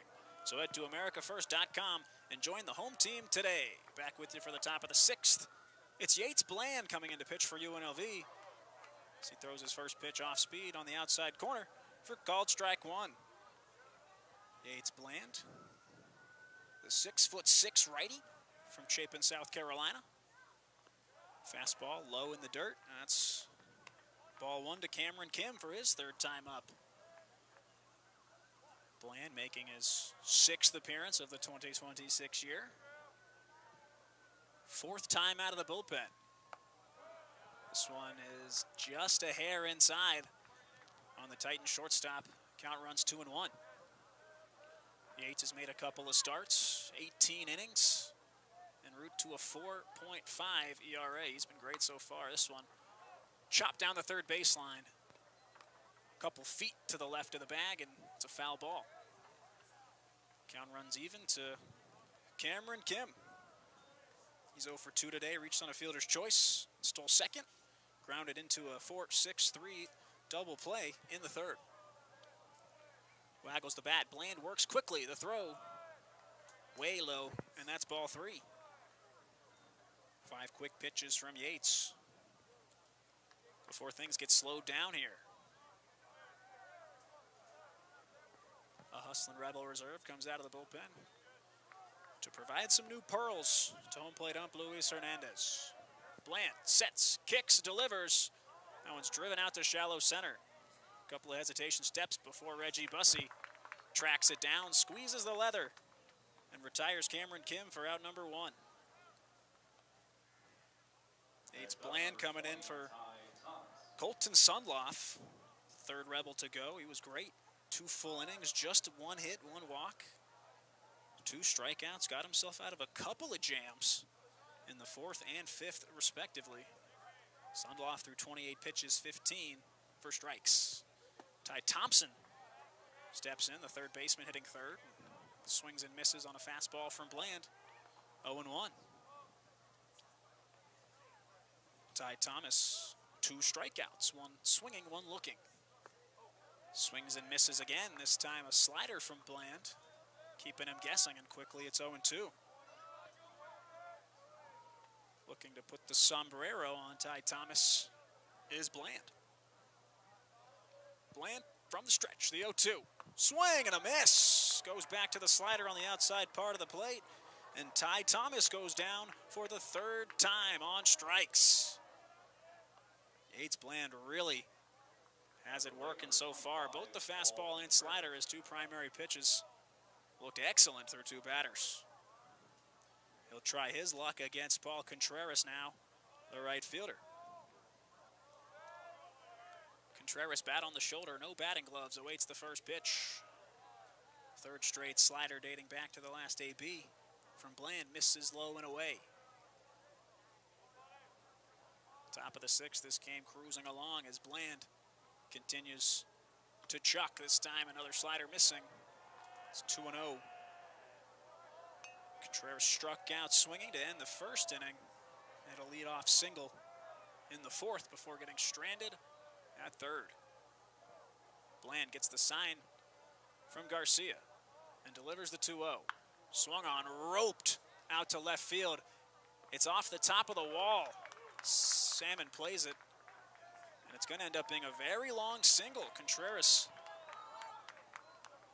a little bit conservative rounding first base there. Thought about stretching it, but plays it safe with 2 outs, and instead stays aboard first with a 2-out base knock. One of the longest singles you'll see all year here at the Earl. Right above the Accesso Biologics sign out and left. Brings up Nick Miller. He's 0 for 2 with a pair of groundouts. Yates Bland throws his first pitch with a runner on tonight.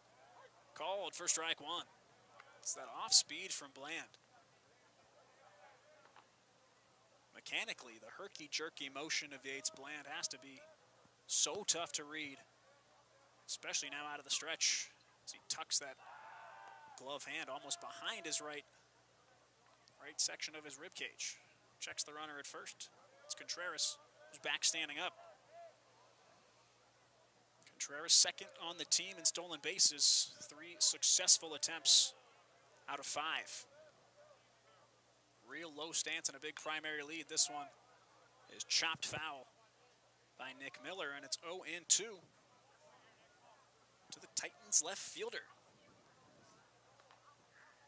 Nick Miller, one of the best bats in the early going for Cal State Fullerton. He was great in the weekend sweep of UC Irvine. The Titans are 5-1 in conference through 6 conference games, off to an excellent start. Another pickoff throw. Contreras is back safely, standing up once again. Prior to that, a big midweek win against San Diego State, Mountain West opponent, and then took 2 out of 3 against CSU Bakersfield. Miller fouls this offering back. One of the biggest things that stands out about this Fullerton team, and probably will stand out the entire season, is they went to UCLA, currently #1 in the country, and got walked off in the 10th inning. They were excellent in that one. This one finds the inside corner, an absolutely picture-perfect off-speed pitch on the inside corner. Freezes Nick Miller.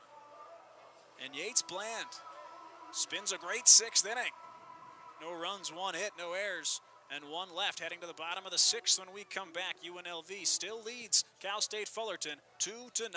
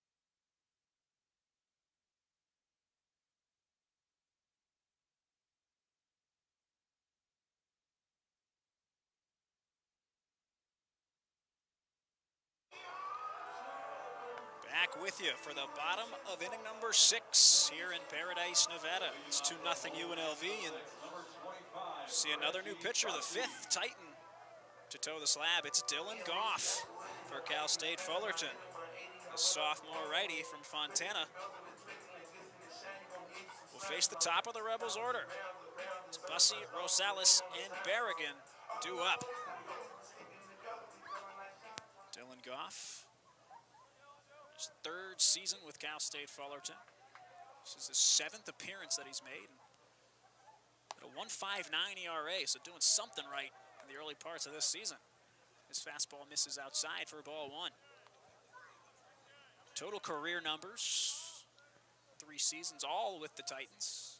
22 outings, 25 innings, 3.96 ERA, 26 Ks and 8 walks. Pretty solid ledger as he misses outside once again for ball 2.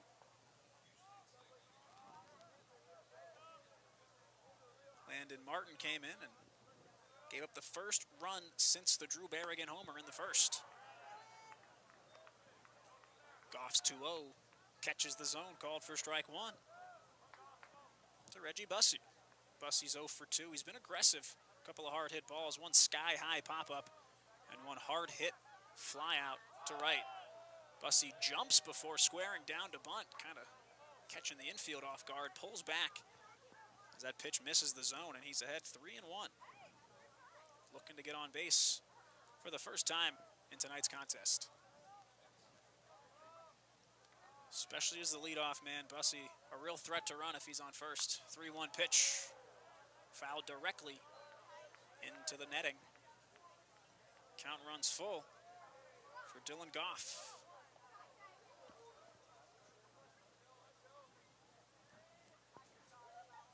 "28 pitches for Nick Santavanez, the starter, in 2 frames. The most that any Titan has thrown in this one. Here's the payoff pitch from Goff to Bussey.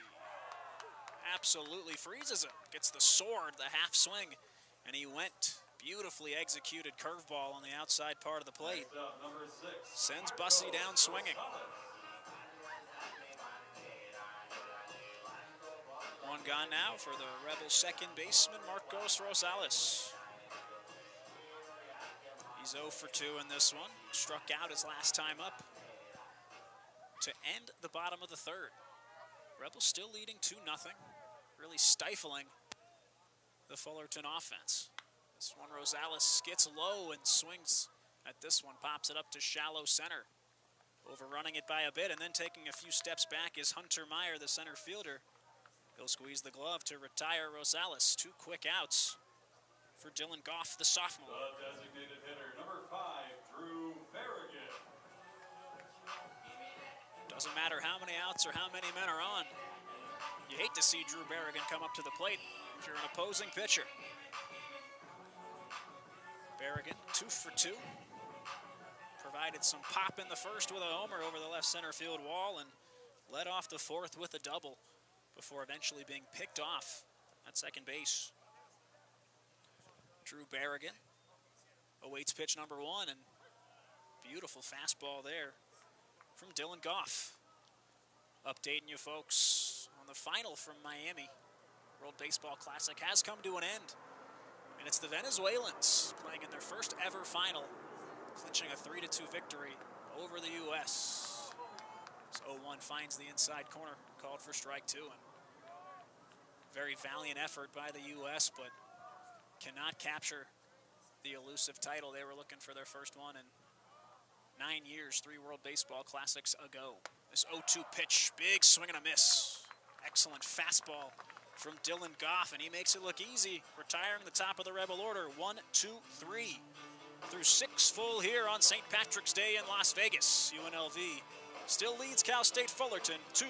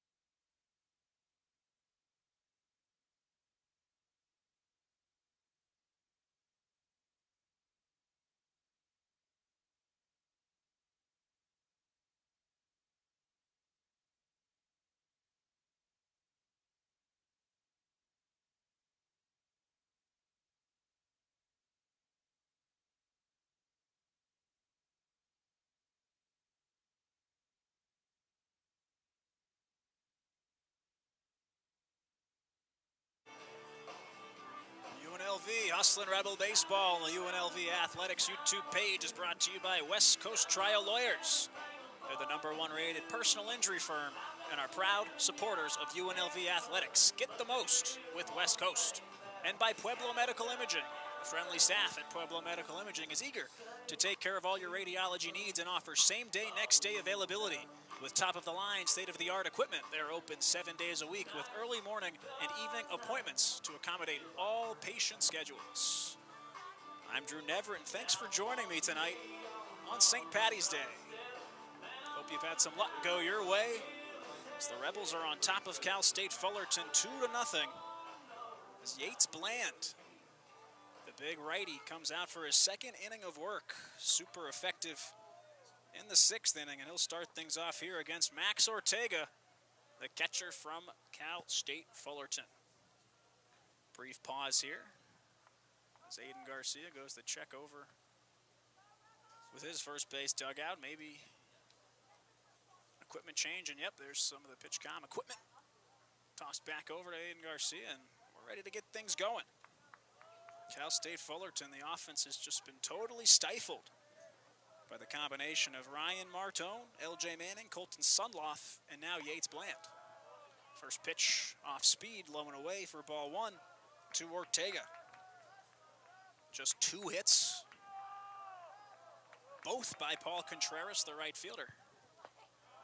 This one spun in, finds the zone, count even, 1-1. Ortega's 0 for 1 today. Reached on a walk in the 2nd before being eventually thrown out at home by Nin Burns. This one swung on and missed. Quickly 1-2. Ortega struck out in the 4th. It was Colton Sundloff's first K victim. Bland typically likes to work quick, takes a brief second. He's ready, kicks, delivers. Just a hair off the outside corner. He went curveball there as opposed to the usual 2-strike slider. Just couldn't get the call. Count now even, 2-2 to Ortega. Steps back on. High kick, the pitch from Bland. Very inside on the hands of Ortega. He swings and fouls it off to stay alive.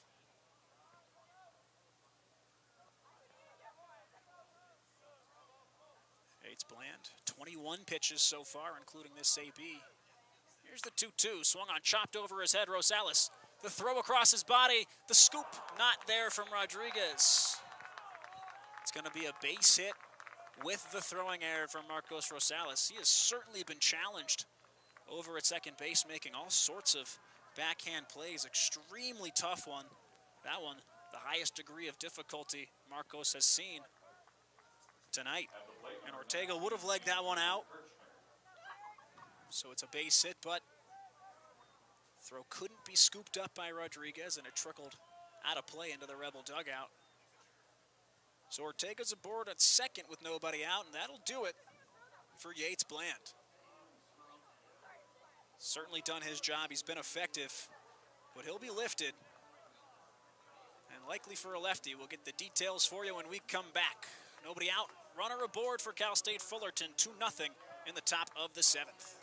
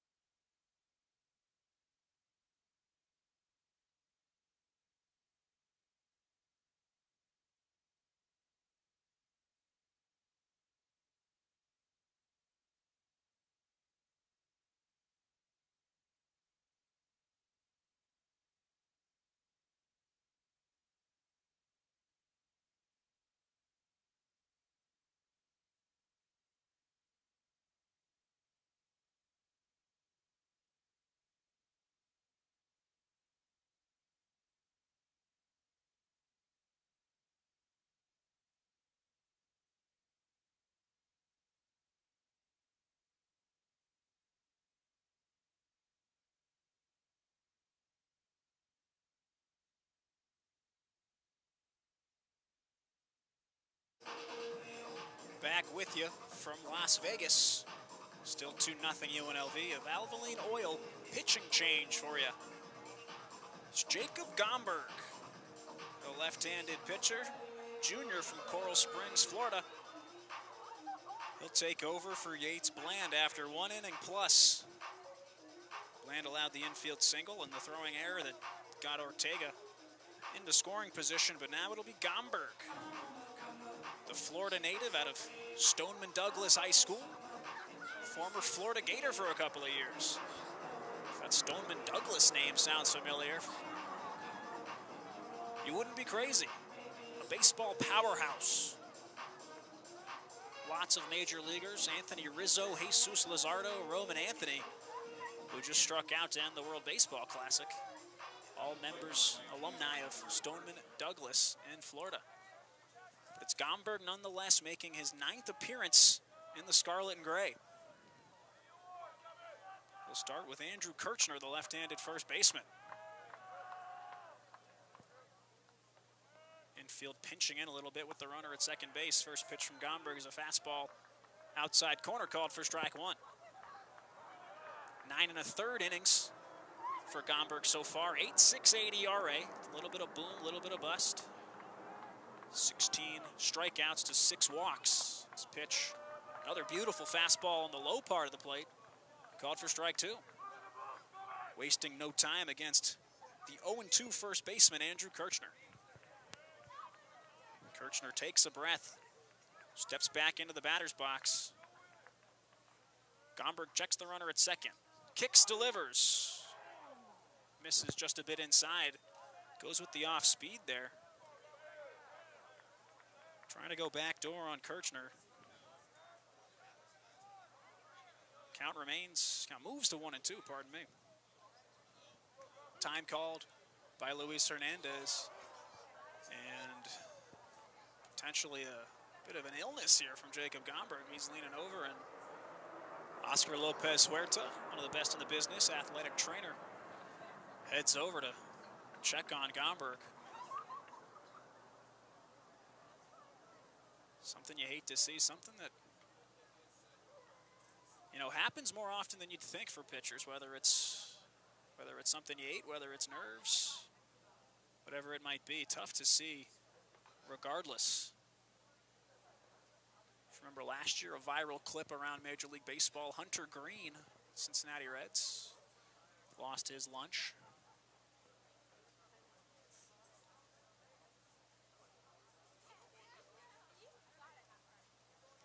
Gomberg maybe just needs a minute here. We'll stay with you and see.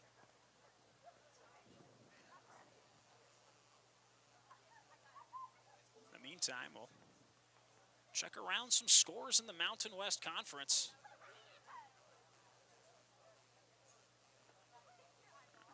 So I can get these up for you.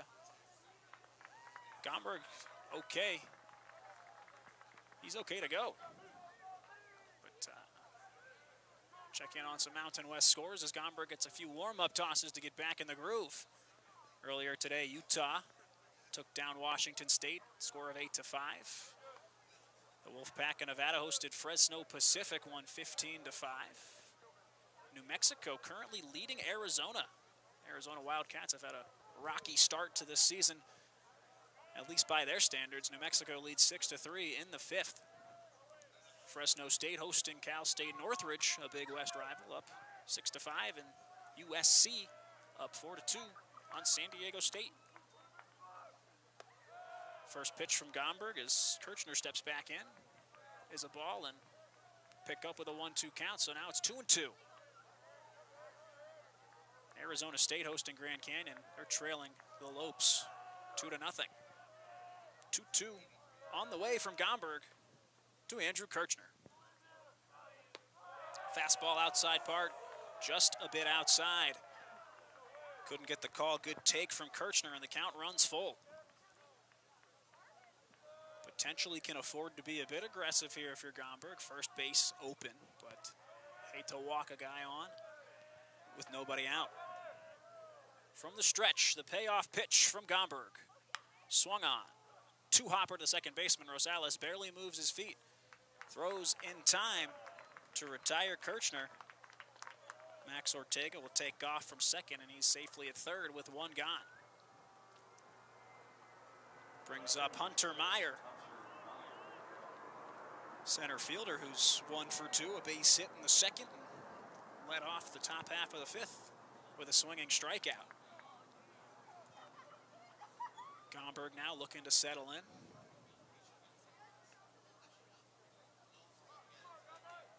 another brief pause in the action. Gomberg clearly pitching through something, potentially stomach bug, and credit to him for dogging it out here on a Tuesday night. This guy's a competitor. So he just needs a second, picks up the rosin bag, and checks the signs. He's ready to roll. Meyer, the center fielder, awaits pitch number 1. This one low, it's a fastball. That's called ball 1. Gomberg was at Florida for 2 seasons. Made 4 appearances through 2 innings. Got knocked around a little bit in the SEC, but he's had some success here in the Mountain West in 2026. Finds the strike zone for the first time against Hunter Meyer. It's the count even, 1-1. Third time tonight, a Titan has been over at third base. So far, they've both been stranded. This one will come in to score. As Gomberg's hanging breaking ball was hit hard by Meyer up the middle. And that's a base hit to cut the deficit in half for the Titans. First run for Cal State Fullerton. Still one gone. Hunter Meyer now aboard first. And it's Logan Hart, the designated hitter.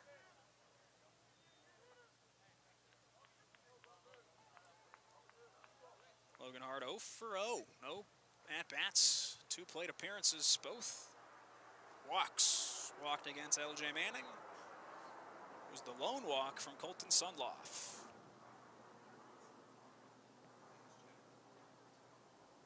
Looks like we'll have a pinch hitter here. Potentially in the designated hitter spot. Takes a minute to get there, but that will in fact be the case. Get you the specifics momentarily. Ladies and gentlemen, your attention, please. It's Esteban Olazaba. He's the true freshman from Riverside. Gets his first at-bat now. As Jason Dietrich will play the matchups. Hart, the lefty. In a super important instance, high leverage like this, where you're looking to tie the game or take the lead. You want to get every matchup advantage you possibly can. So Olazaba, he watches the first pitch for a ball. Olazaba, 19 at-bats this year. He's hitting 158. One hit this year for extra bases. He does offer. Wanted to go, tried to pull the bat back, but couldn't. Full hip rotation as the bat crosses the plate, and that's strike 1. Not too many freshmen on this roster, at least that are getting playing time for Cal State Fullerton. Esteban Olazaba, one of them. Stands at 5'8", plays the infield. Takes ball 2.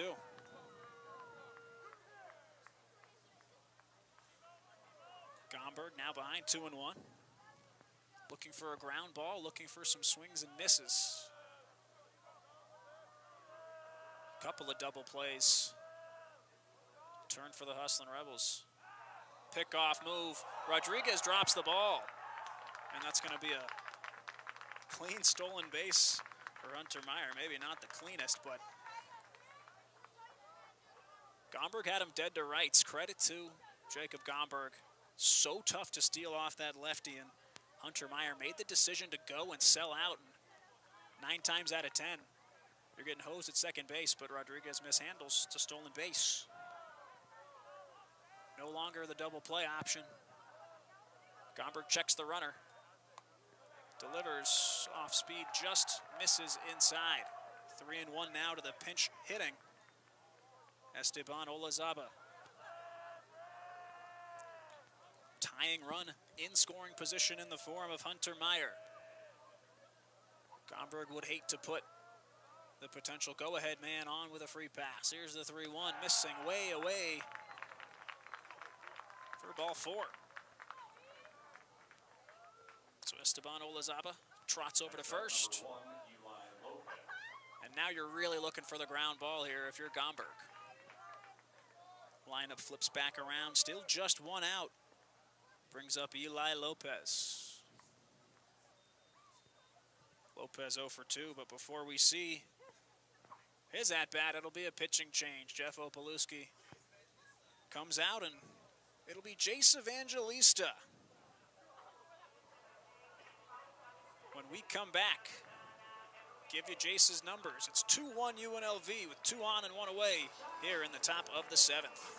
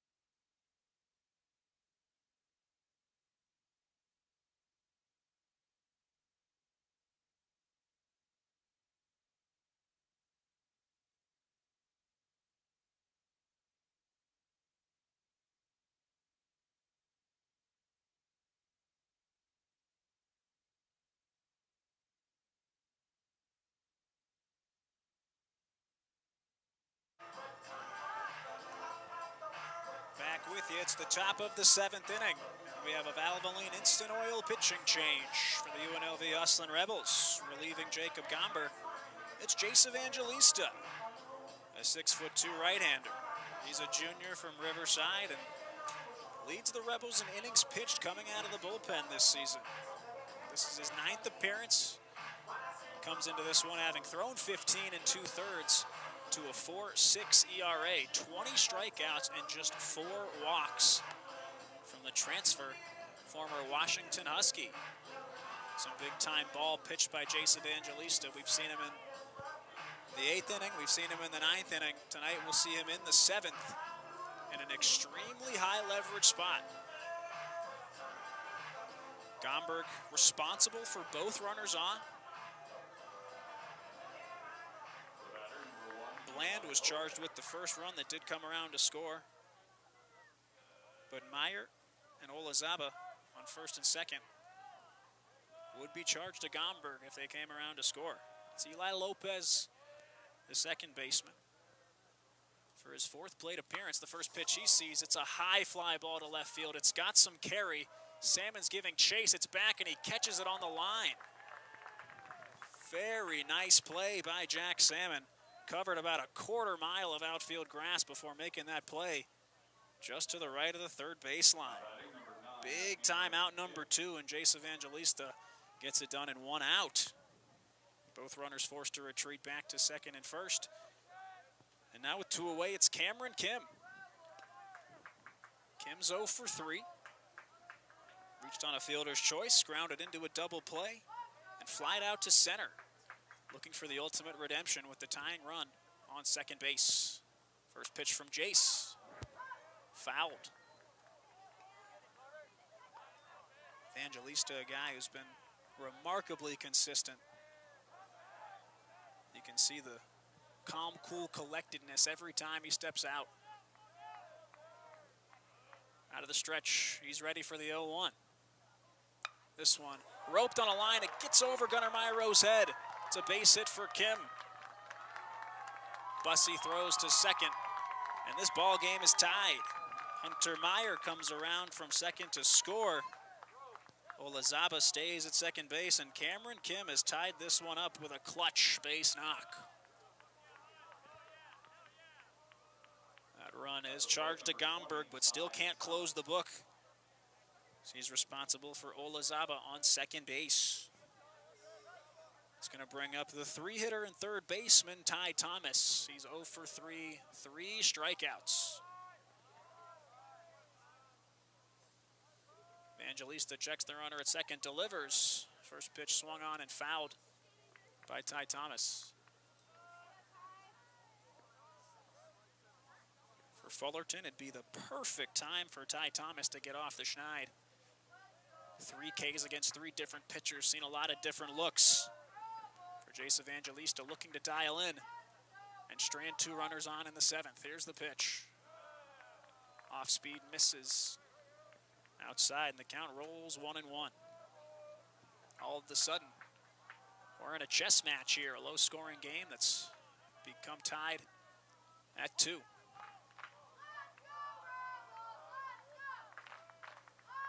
Evangelista's 1-1. Fastball misses inside. It's 2-1.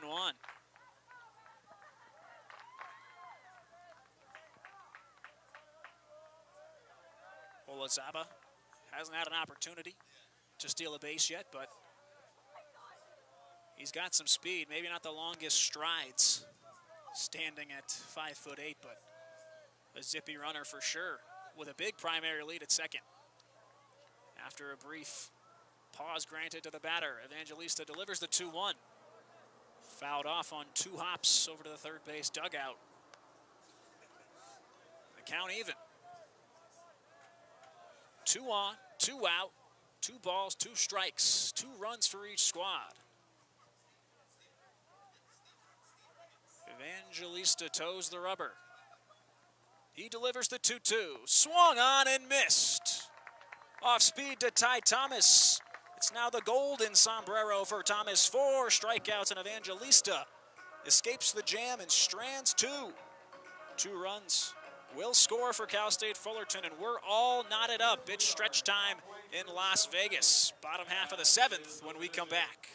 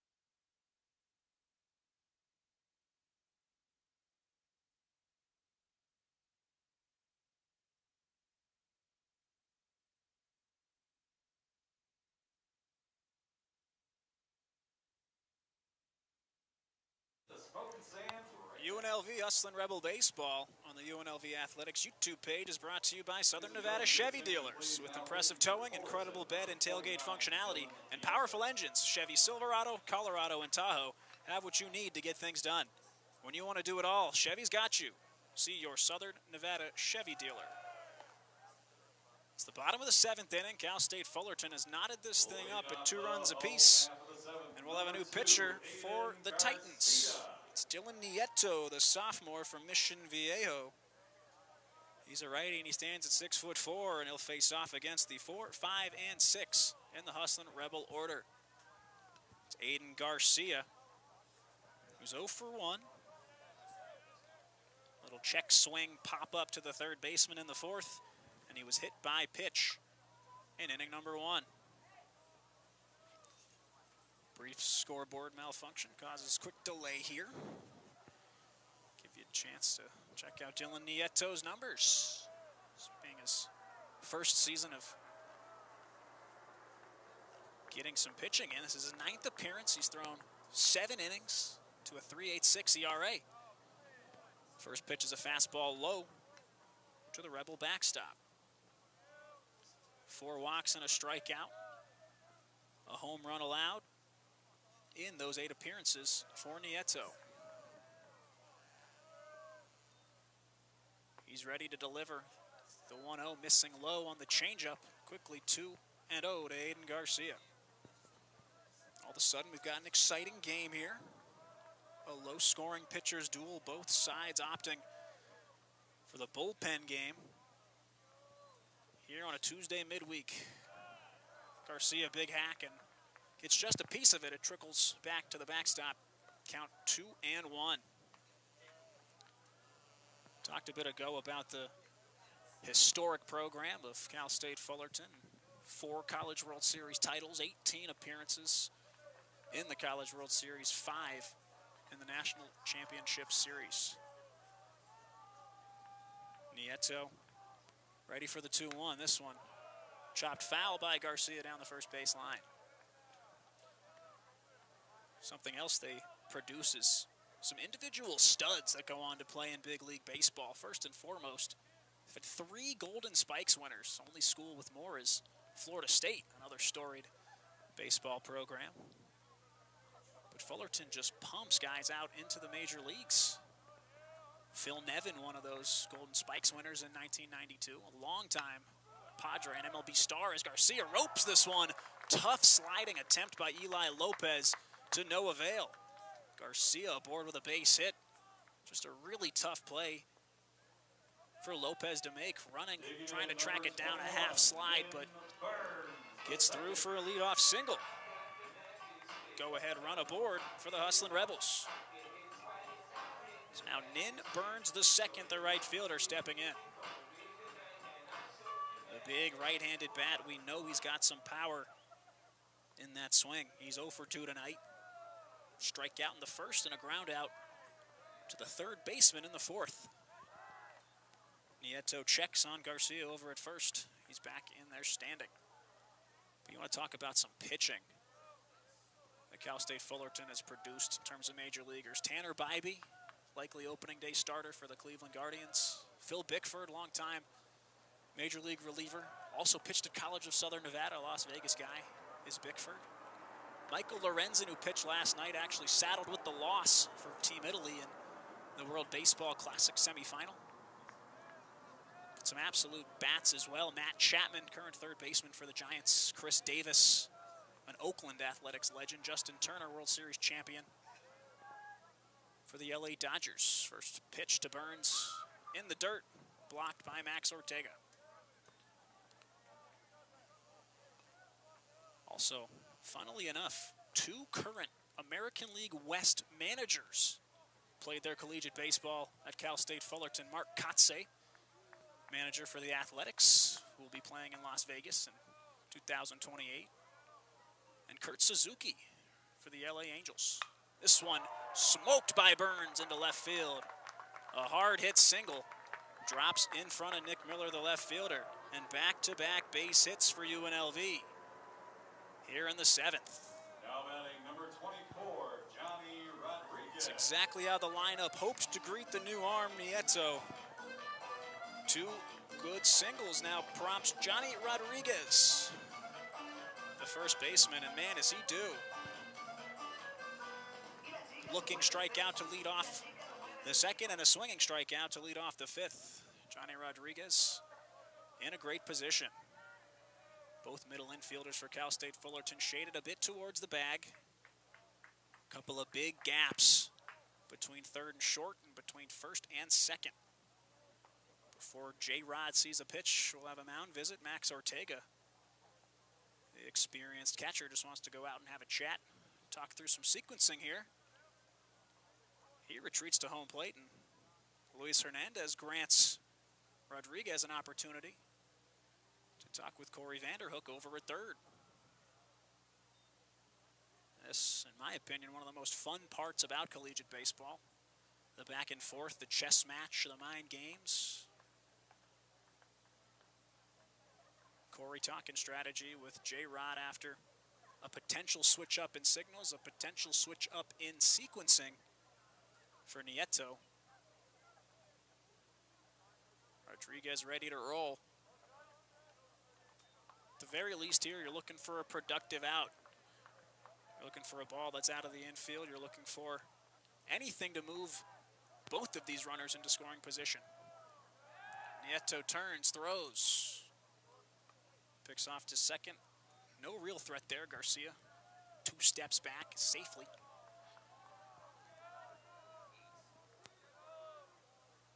Now Ortega steps back out to give some new signs. Nieto turning around, some hand communication with his infield.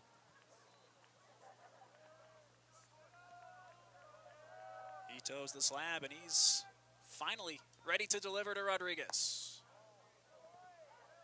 It's a curveball outside, misses for ball 1. Big opportunity in the bottom half of the 7th frame for the Hustlin' Rebels. We're in control of this one since the Berrigan home run in the first. But now we're knotted up. It's 1-0 in the dirt. 2-0 to Rodriguez. Need to see something center cut in order to offer at it, with Nieto's command waning. As we get later into the night here, 8:33 p.m. local time. All tied up 2 apiece. 2-0 pitch from Nieto. Rodriguez offers, fouls it down the line. Rebel bullpen arm pops out of the chain link fence there to retrieve the ball, and Dylan Nieto cleans off his cleats off the back of the mound. About ready for the 2-1 pitch to J-Rod. Nieto kicks, delivers, swung on and missed. Way inside on the hands. That's the kryptonite for Johnny Rodriguez. Hard to get that big looping swing contained inside. Count even 2-2. Garcia off second, Burns off first. Nieto the 2-2, swung on and missed. Johnny Rodriguez goes down for the 3rd time this evening, and that's a big out, number 1 for Dylan Nieto.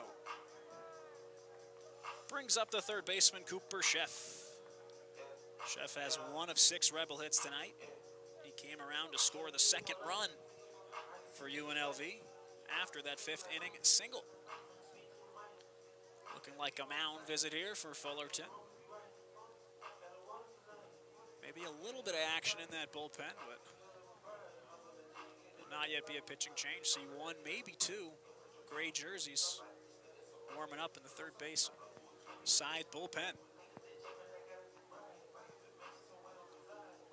Brief mound visit. Luis Hernandez, home plate ump, walks over to break it up. Cal State Fullerton likely talking about how to induce this ground ball. A guy like Cooper swings very laterally, lots of line drives. Exactly what you want to see is how do you keep a ball low in the zone and how do you force a ground out? But they will, in fact, now call for the new pitcher. And we'll get you the specifics on the other side. 1 out, 2 runners on in the bottom of the 7th. Score 2-2 between UNLV and Cal State Fullerton here from Earl E. Wilson.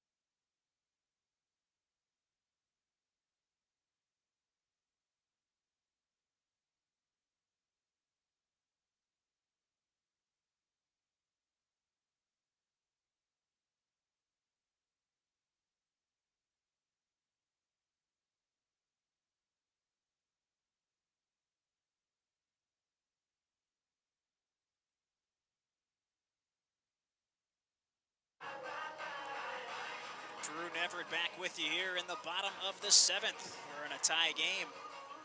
And it's a Valvoline Instant Oil pitching change for the Cal State Fullerton Titans. Dylan Nieto faces 3 batters. Gives up 2 base hits. Strikes out Johnny Rodriguez and is lifted for Brock Meyer. Senior from Torrance, California. He's a right-hander, standing 6 feet 2'10", making his 9th appearance this season for the Titans. He'll do so against Cooper Sheff as the first batter he'll face. 2 on with 1 out. Meyer looking for the ground ball. He's coming in for Dylan Nieto. Got just the 1 out through 12 pitches. 2 runners on, and it's a big opportunity for the senior Brock Meyer. First pitch is low in the dirt, and that's ball 1. Meyer transferred over from Point Loma Nazarene University in San Diego, where he started 14 games a year ago, through 70 innings in those 14 starts.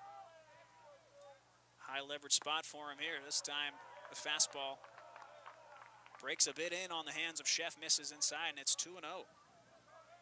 So far in 2026, a 6.57 ERA for Meyer in 12 1/3 innings of work. 9 Ks and 5 walks. He throws the 2-2 to Sheff.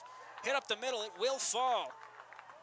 A late break from Garcia. He'll certainly be held at third. Both runners advance 90 feet, and it's a clutch single for Cooper Sheff to load the bases. That prompts Jack Salmon, the left fielder, in the biggest at-bat of the game for either side. Salmon's 1 for 2 today, struck out in the 2nd, singled in the 5th, and was thrown out at home to end the bottom of the 5th. You want to talk about clutch opportunities, you want to talk about a legacy moment. This is that for Jack Salmon. Tie ball game against the Titans of Cal State Fullerton. First pitch, Salmon swung on, fouled off the fastball. It's 0-1. Gunnar Myro, the shortstop, awaits on deck as one of 2 RBIs for UNLV tonight. Big spot for Brock Meyer, the right-hander. Out of the stretch, kicks and throws. That one misses low and away. Count even at 1-1.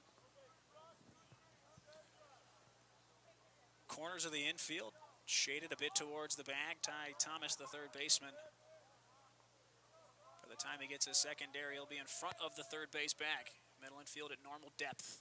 1-1 pitch. Salmon checks the swing, low and in. They appeal. Keith Gibbs over at third says no, he did not. Good take from Salmon. He's ahead, 2-1. Bases loaded. Ahead in the count now, it's a hitter's count. You can be selective if you're Jack Salmon. No need to chase, roll anything on the ground. Here's the 2-1 pitch. That one's in the dirt. Good eye from Salmon as it's 3-1, and Brock Meyer 1 pitch away from walking in the go-ahead run.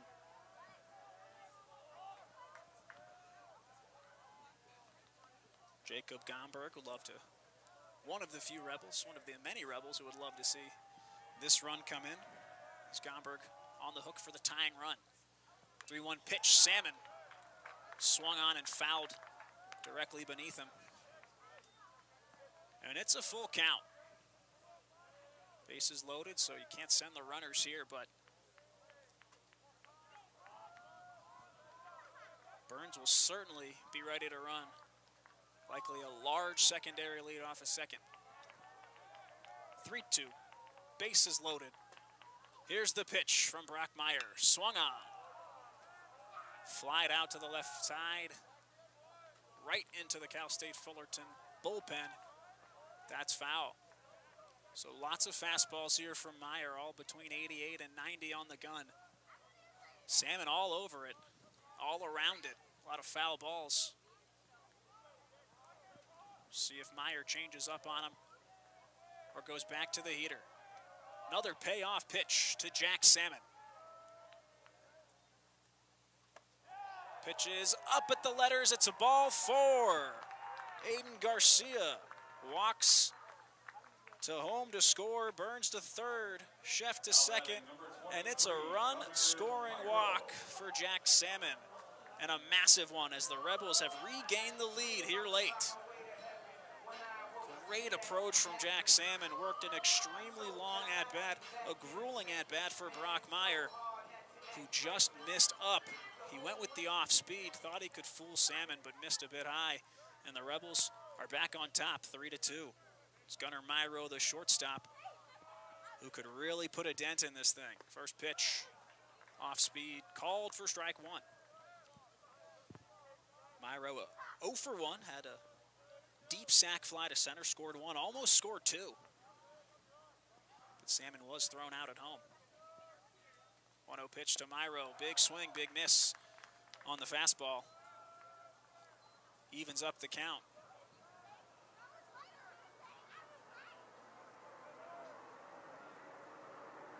First run of the inning that came in, Aiden Garcia will be charged to Dylan Nieto. So if the score holds, he'd be hooked with the loss. Myro, hard grounder to shortstop, and he totally bobbles it. Myro aboard safely. And the bobble, the fielding error, will be another Rebel run. Burns scores, Chef and Salmon each advance 90. No RBI for Gunnar, but the run counts just the same. It's 4-2, hustling Rebels. Lineup wraps back around to the top, and it's the center fielder, Reggie Bussey, who's 0 for 3 today. But man, is he due. This will be a really big-time spot to potentially make a 2-run lead almost insurmountable for the Titans. Instead, squares around to bunt, but pulls away as that fastball tails quickly inside. Bussey has to spin out of the batter's box to get out of the way of that one. So now both runners that Dylan Nieto left on have scored, so you can close the line on Nieto. 1/3 of an inning, 2 hits, 2 runs. And on the hook now for the deficit. It's a called strike to Bussey. He squared around to bunt again, but it was a pump fake. He's been known to do that a lot so far in this 2026 season. Count even 1-1 with 1 out, and the sack's full of Rebels. Meyer out of the stretch, kicks, misses outside. Bussey ahead 2-1.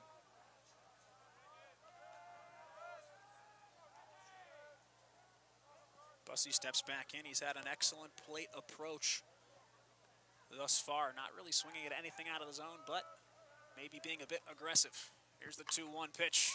Rolls over to the first baseman. They opt to get the out at second. The throw back to first, not in time. So it's a fielder's choice for Reggie Bussey that scores a run. Gunnar Myro is tossed out on the base path, scored 3-6. But Cooper Chef comes in to score, and Salmon gets to third.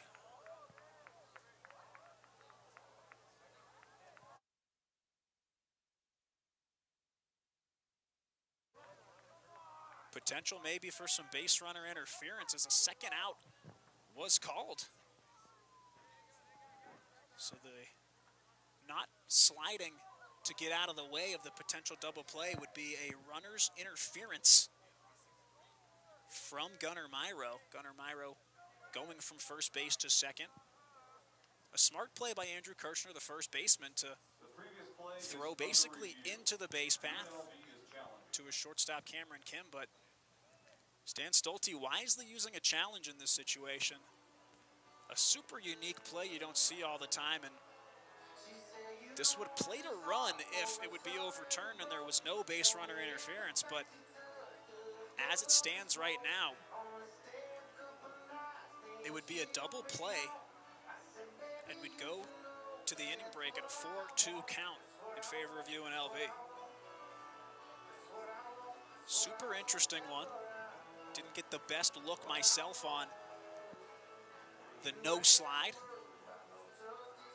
Didn't really affect the throw over to first, in my opinion, as Reggie Bussey, extremely talented base runner, seemed to have legged it out without an issue, but Cameron Kim's path to throwing that ball to first, apparently in the eyes of the umpire and crew, was interrupted. So a very quick review, and here's the call.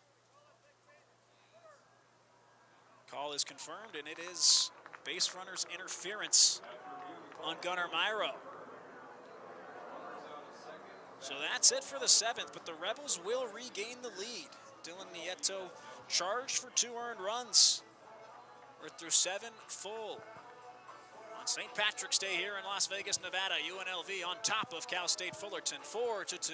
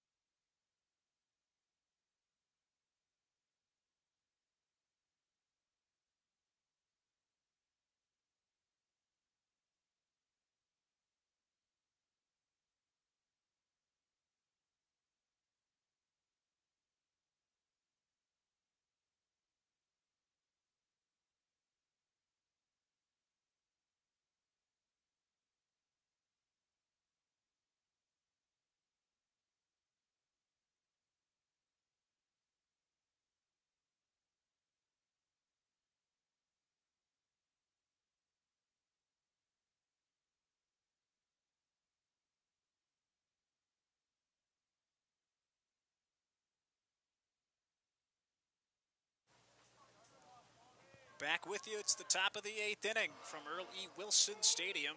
UNLV plates 2 in the bottom half of the 7th to regain the lead. It's 4-2. Jace Evangelista stays out to pitch. He'll face the 4, 5, and 6 of the Titans order. Starting off with Paul Contreras, the right fielder. Squares around to bunt, pulls it back, but beautiful slider from Jace. Finds the inside corner for called strike 1. 6 hits today from the Titans, 2 of those off the bat of Contreras. Back-to-back singles in the 4th and 6th. He takes ball 1 from Jace Evangelista.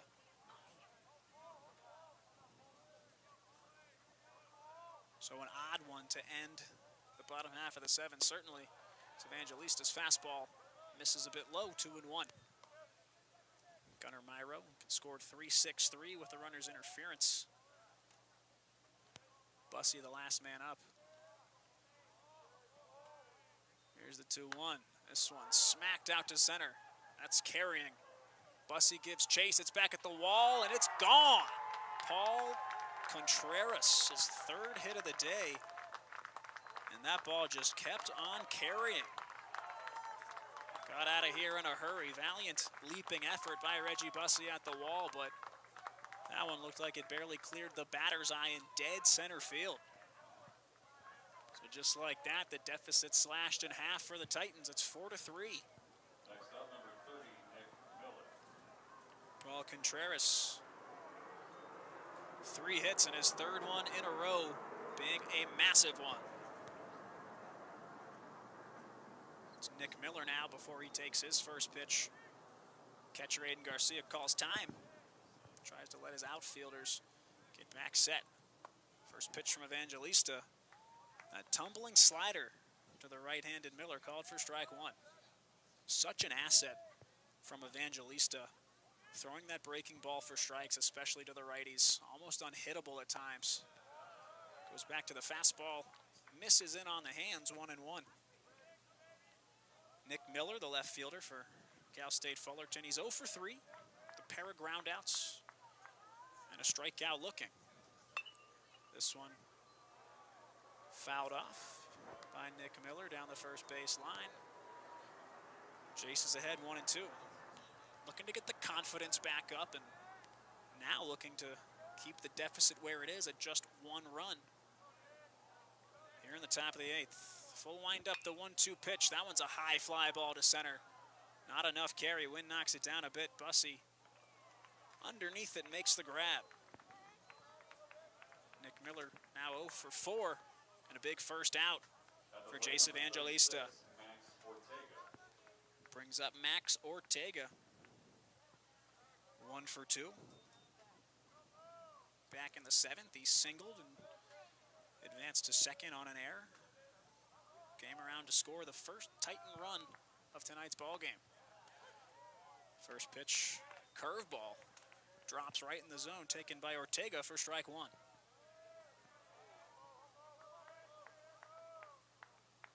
4-3 here. Evangelista throws. There's that slider again. Tough to read coming out of the hands. Called for strike 2. Quickly ahead is Evangelista. Here's the pitch. Slider well away. You could see Aiden Garcia setting up, trying to get that swing and miss. Essentially wasting that one. Count moves 1-2. Evangelista kicks and deals. Late swing from Ortega. That one's fouled off. Checking in on Josh Passner's UNLV running Rebels, almost at halftime at UC Irvine. They lead 34-19. This one swung on and tipped. Slider outside, count remains 1-2. A lot to be said about accepting a bid to the NIT postseason basketball this time of year.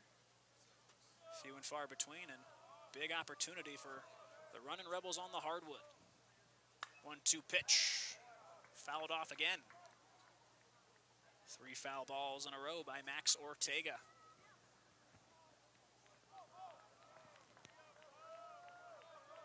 For the Rebels in the bottom half of the 8th, it'll be Rosales, Berrigan, and Garcia due up, so a big opportunity for some insurance depending how the rest of this 8th goes. This 1-2 pitch hard on a line to left field. Salmon plays it safe and lets that ball fall in front of him for a 1-out single. Real tough play to make there, as Ortega went up and got it. Great hands on the swing from the Titans catcher. He's aboard as the tying run for Andrew Kirchner, the first baseman. And Ortega, not the most fleet of foot, so he'll be pinch ran for. It's going to be Brady Dobson, the freshman from Stockton, pinch running for Max Ortega.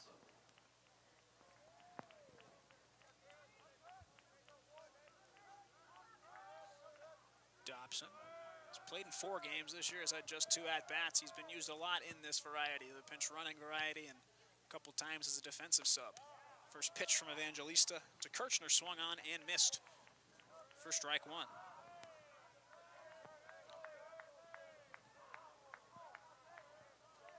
Dobson representing the tying run, and obviously want to give yourself the best possible chance to score that run with some speed.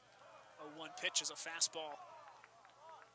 Just barely misses for Evangelista. He really dialed that one up to 94 miles per hour, fastest velocity from him tonight. Kirchner's 0 for 3 with a pair of groundouts to Rosales at second. Could really use another one of those right now.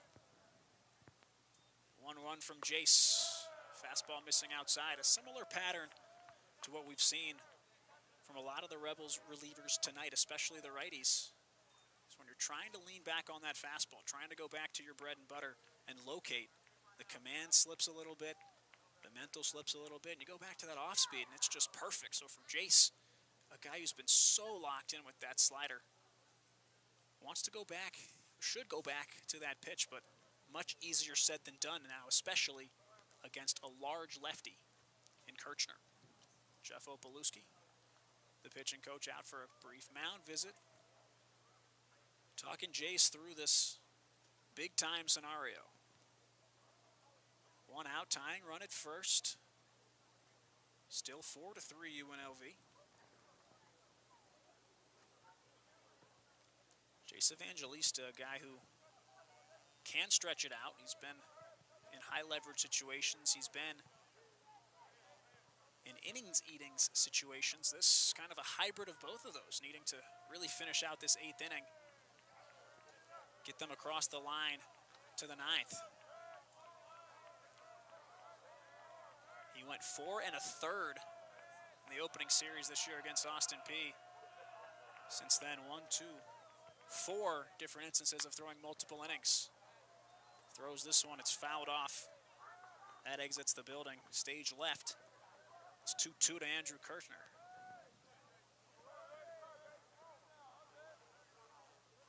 Jace Evangelista, the 2-2 pitch. On the way, pinch runner over at first. And here it comes. Swing and a miss, elevates the fastball. Wonderful pitch from Jace Evangelista. Gets the swinging strikeout of the Titans' first baseman. Big time out number 2 for the hustling Rebel righty. Brings up Hunter Meyer, the center fielder, hitting 8th. Dobson, real small primary lead over at first. Quick check from Evangelista. Turns his attention back to Meyer. Right on cue, he tosses over to first for the pickoff. Meyer's 2 for 3. He's been mighty effective in the 8-hole. A single in the 2nd. And an RBI single in the 7th. Was caught dead to rights on a pickoff move from Jacob Gomberg, but was able to advance safely to 2nd. This fastball, healthy swing and a miss from Hunter Meyer.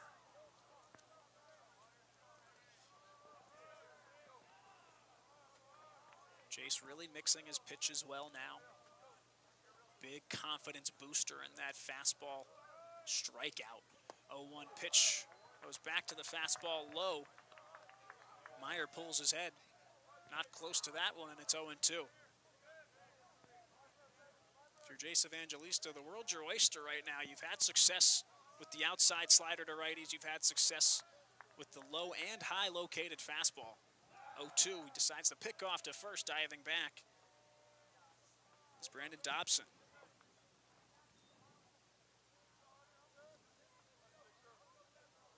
Three other catchers listed on the Fullerton roster. You'd assume one comes in for the pinch running Dobson, who came in for Ortega, the starting backstop. Here's the 0-2. Tries to find that high chase on the fastball. No luck this time, and it's 1-2. Meyer looking to do his job and reach base for the next man up. It would be Esteban Olazaba, the new DH, the right-hander. Here's the 1-2 pitch from Evangelista. Swung on, driven out to left. Salmon charges in, and he'll make the catch. That retires the side. Jace Evangelista gives up the leadoff home run and then gets out of damage. 1 run on 2 hits, no errors and 1 left. Back with you for the bottom of the 8th. UNLV leads Cal State Fullerton 4-3 in Las Vegas.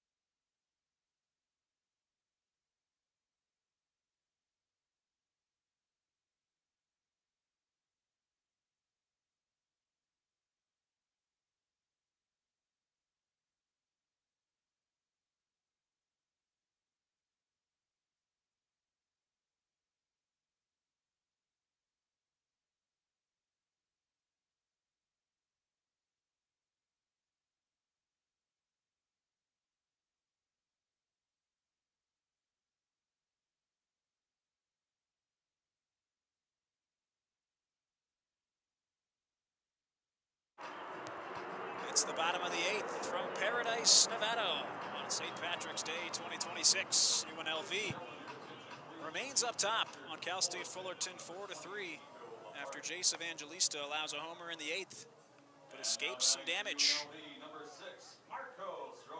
It's Brock Meyer who will stay out and pitch for Cal State Fullerton, and he'll do so to a new catcher. If you remember, Brandon Dobson came in to pinch run for Max Ortega. He was representing the tying run at first base. Dobson not a catcher. Lombardi is the senior from Fremont, California. The new backstop. Brock Meyer to face Marcos Rosales first. Big kick in the first pitch. Delivered, rolled over by Rosales. Toss from Thomas is in time, and one pitch, one out for Brock Meyer. Doesn't get much better than that for the Titans. The designated hitter, number 5. That'll bring up Drew Berrigan, a guy no pitcher wants to see coming up, but especially in the late innings in a tight game. Berrigan 2 for 3 today. The screaming line drive home run with 2 outs in the first and a lead-off double in the 4th before striking out his last ups in the 6th. Meyer comes set. Long kick. Berrigan squares around a bunt, pulls it back, and watches a fastball right down the middle for strike 1. And if that is in fact it for Jace Evangelista, did an excellent job out of the pen tonight. 32 pitches, 23 for strikes over an inning and 2/3 of work. This one, changeup, big swing and a miss from Berrigan. Quickly 0-2. Just the 1 earned run on the homer. Evangelista was able to get out of some muddy waters. 0-2 on the way from Brock Meyer. That one, Berrigan just barely gets a piece of it. It dribbles towards the third base dugout. Count remains 0-2. Just about at the 3-hour mark of this contest on St. Patrick's Day. Good amount of fans have hung around to see. Should be an exciting conclusion of this tightly contested matchup. The 0-2. Berrigan gets well under it. It's coming to shallow center. Second baseman and center fielder converge. That's Hunter Meyer out in center, calling off Eli Lopez, and he'll make the catch. Shallow fly out for Berrigan. Makes him 2 for 4 and makes it 2 gone in the bottom of the 8th. It's the catcher, Aiden Garcia. Steps in. His 4th plate appearance, his 3rd at-bat. He singled to lead off the 7th and came around to score what now is a really pivotal run. Infield is way back for the Titans. First baseman Andrew Kirchner is standing on the first cut of the outfield grass. First pitch fastball misses outside for Brock Meyer. Credit where it's due to Brock Meyer. Senior from Torrance. Spun a great 4 outs thus far. So that fastball finds the zone. 1-1 to Garcia, the Rebel catcher. No strikeouts for Meyer, but getting the job done, getting Rebels to hit into weak contact outs. It's the name of the game at the end of the day. 1-1 pitch. Sawed over to the second baseman. Lopez struggles, stays in front of it, throw is high, but rallied in by Andrew Kirchner. So a 1-2-3, bottom of the 8th for Brock Meyer. He does his job. We're through 8 full.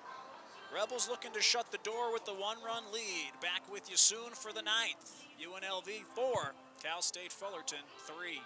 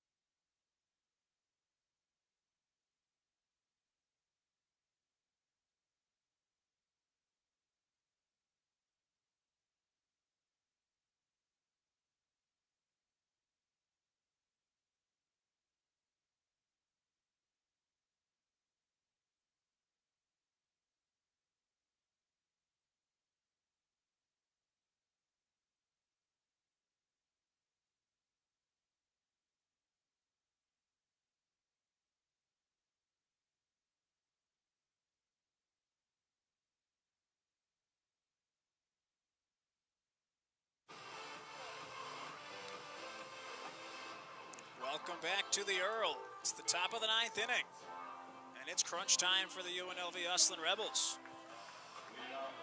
A very tight one-run lead. They're up 4-3 over the Titans of Cal State Fullerton, and Jace Evangelista will stay in this game.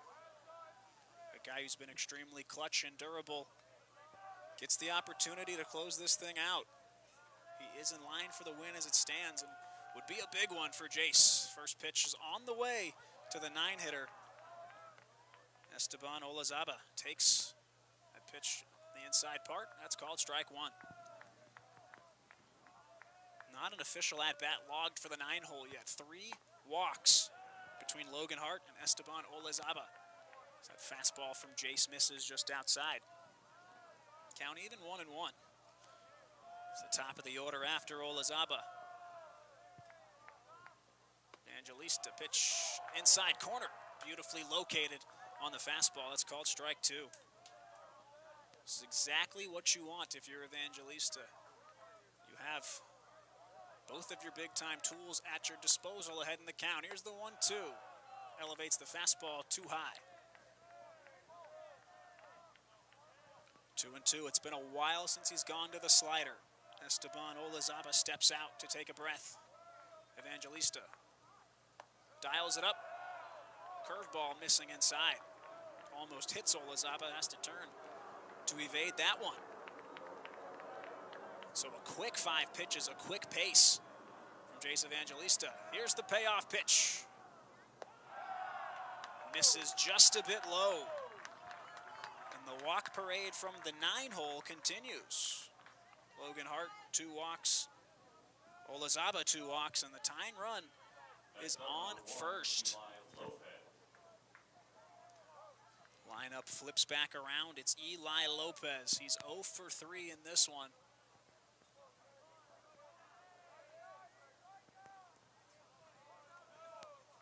Olazaba over at first. Lopez flied out to the left fielder, Jack Salmon. In the top half of the 7th, Evangelista, the toss over to first base, checking the runner. One of those potential hidden ball play deke outs from Johnny Rodriguez. Pump fakes the throw, keeps it in the glove. Looked back quickly to see if he could fool Olazaba. No luck there. Bouncing around is Olazaba in his primary lead. As Eli Lopez squares around to bunt, pulls it away, but the slider from Evangelista clips the edge of the plate. That's called strike 1.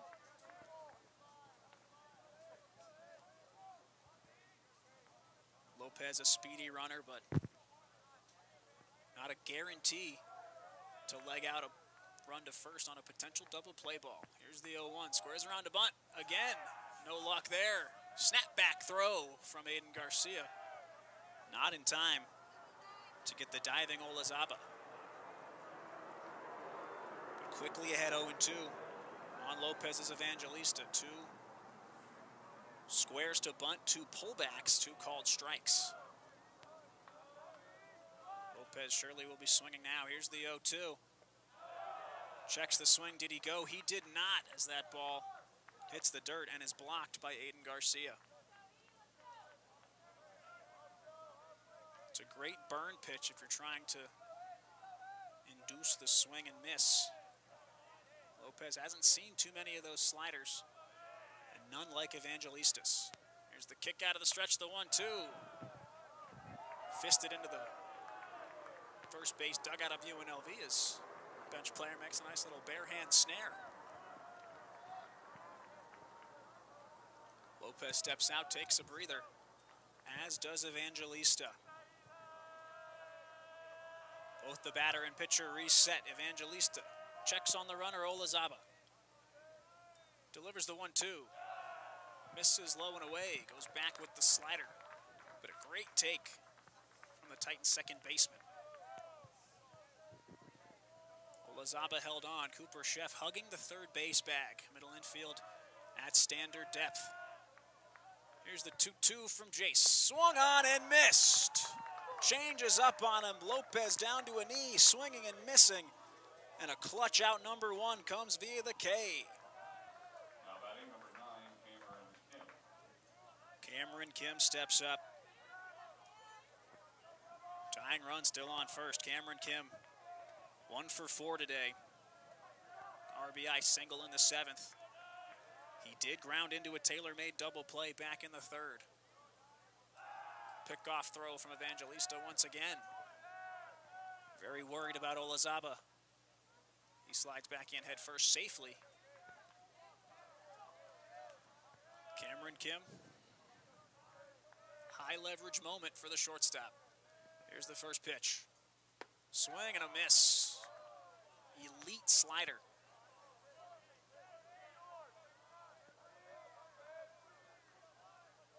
The tension is palpable here at the Earl. Double play ball ends the game. Out of the stretches, Evangelista. Here's the kick.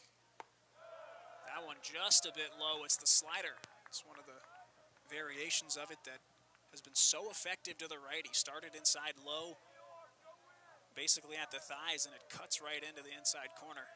Didn't bite enough this time, and it's 1-1. Evangelista steps off, takes a breath, wipes the nose with the left sleeve. Checks the runner at first, gets the sign, does Evangelista, and delivers. Chopped foul. Right off the edge of the bat. Evangelista ahead 1-2.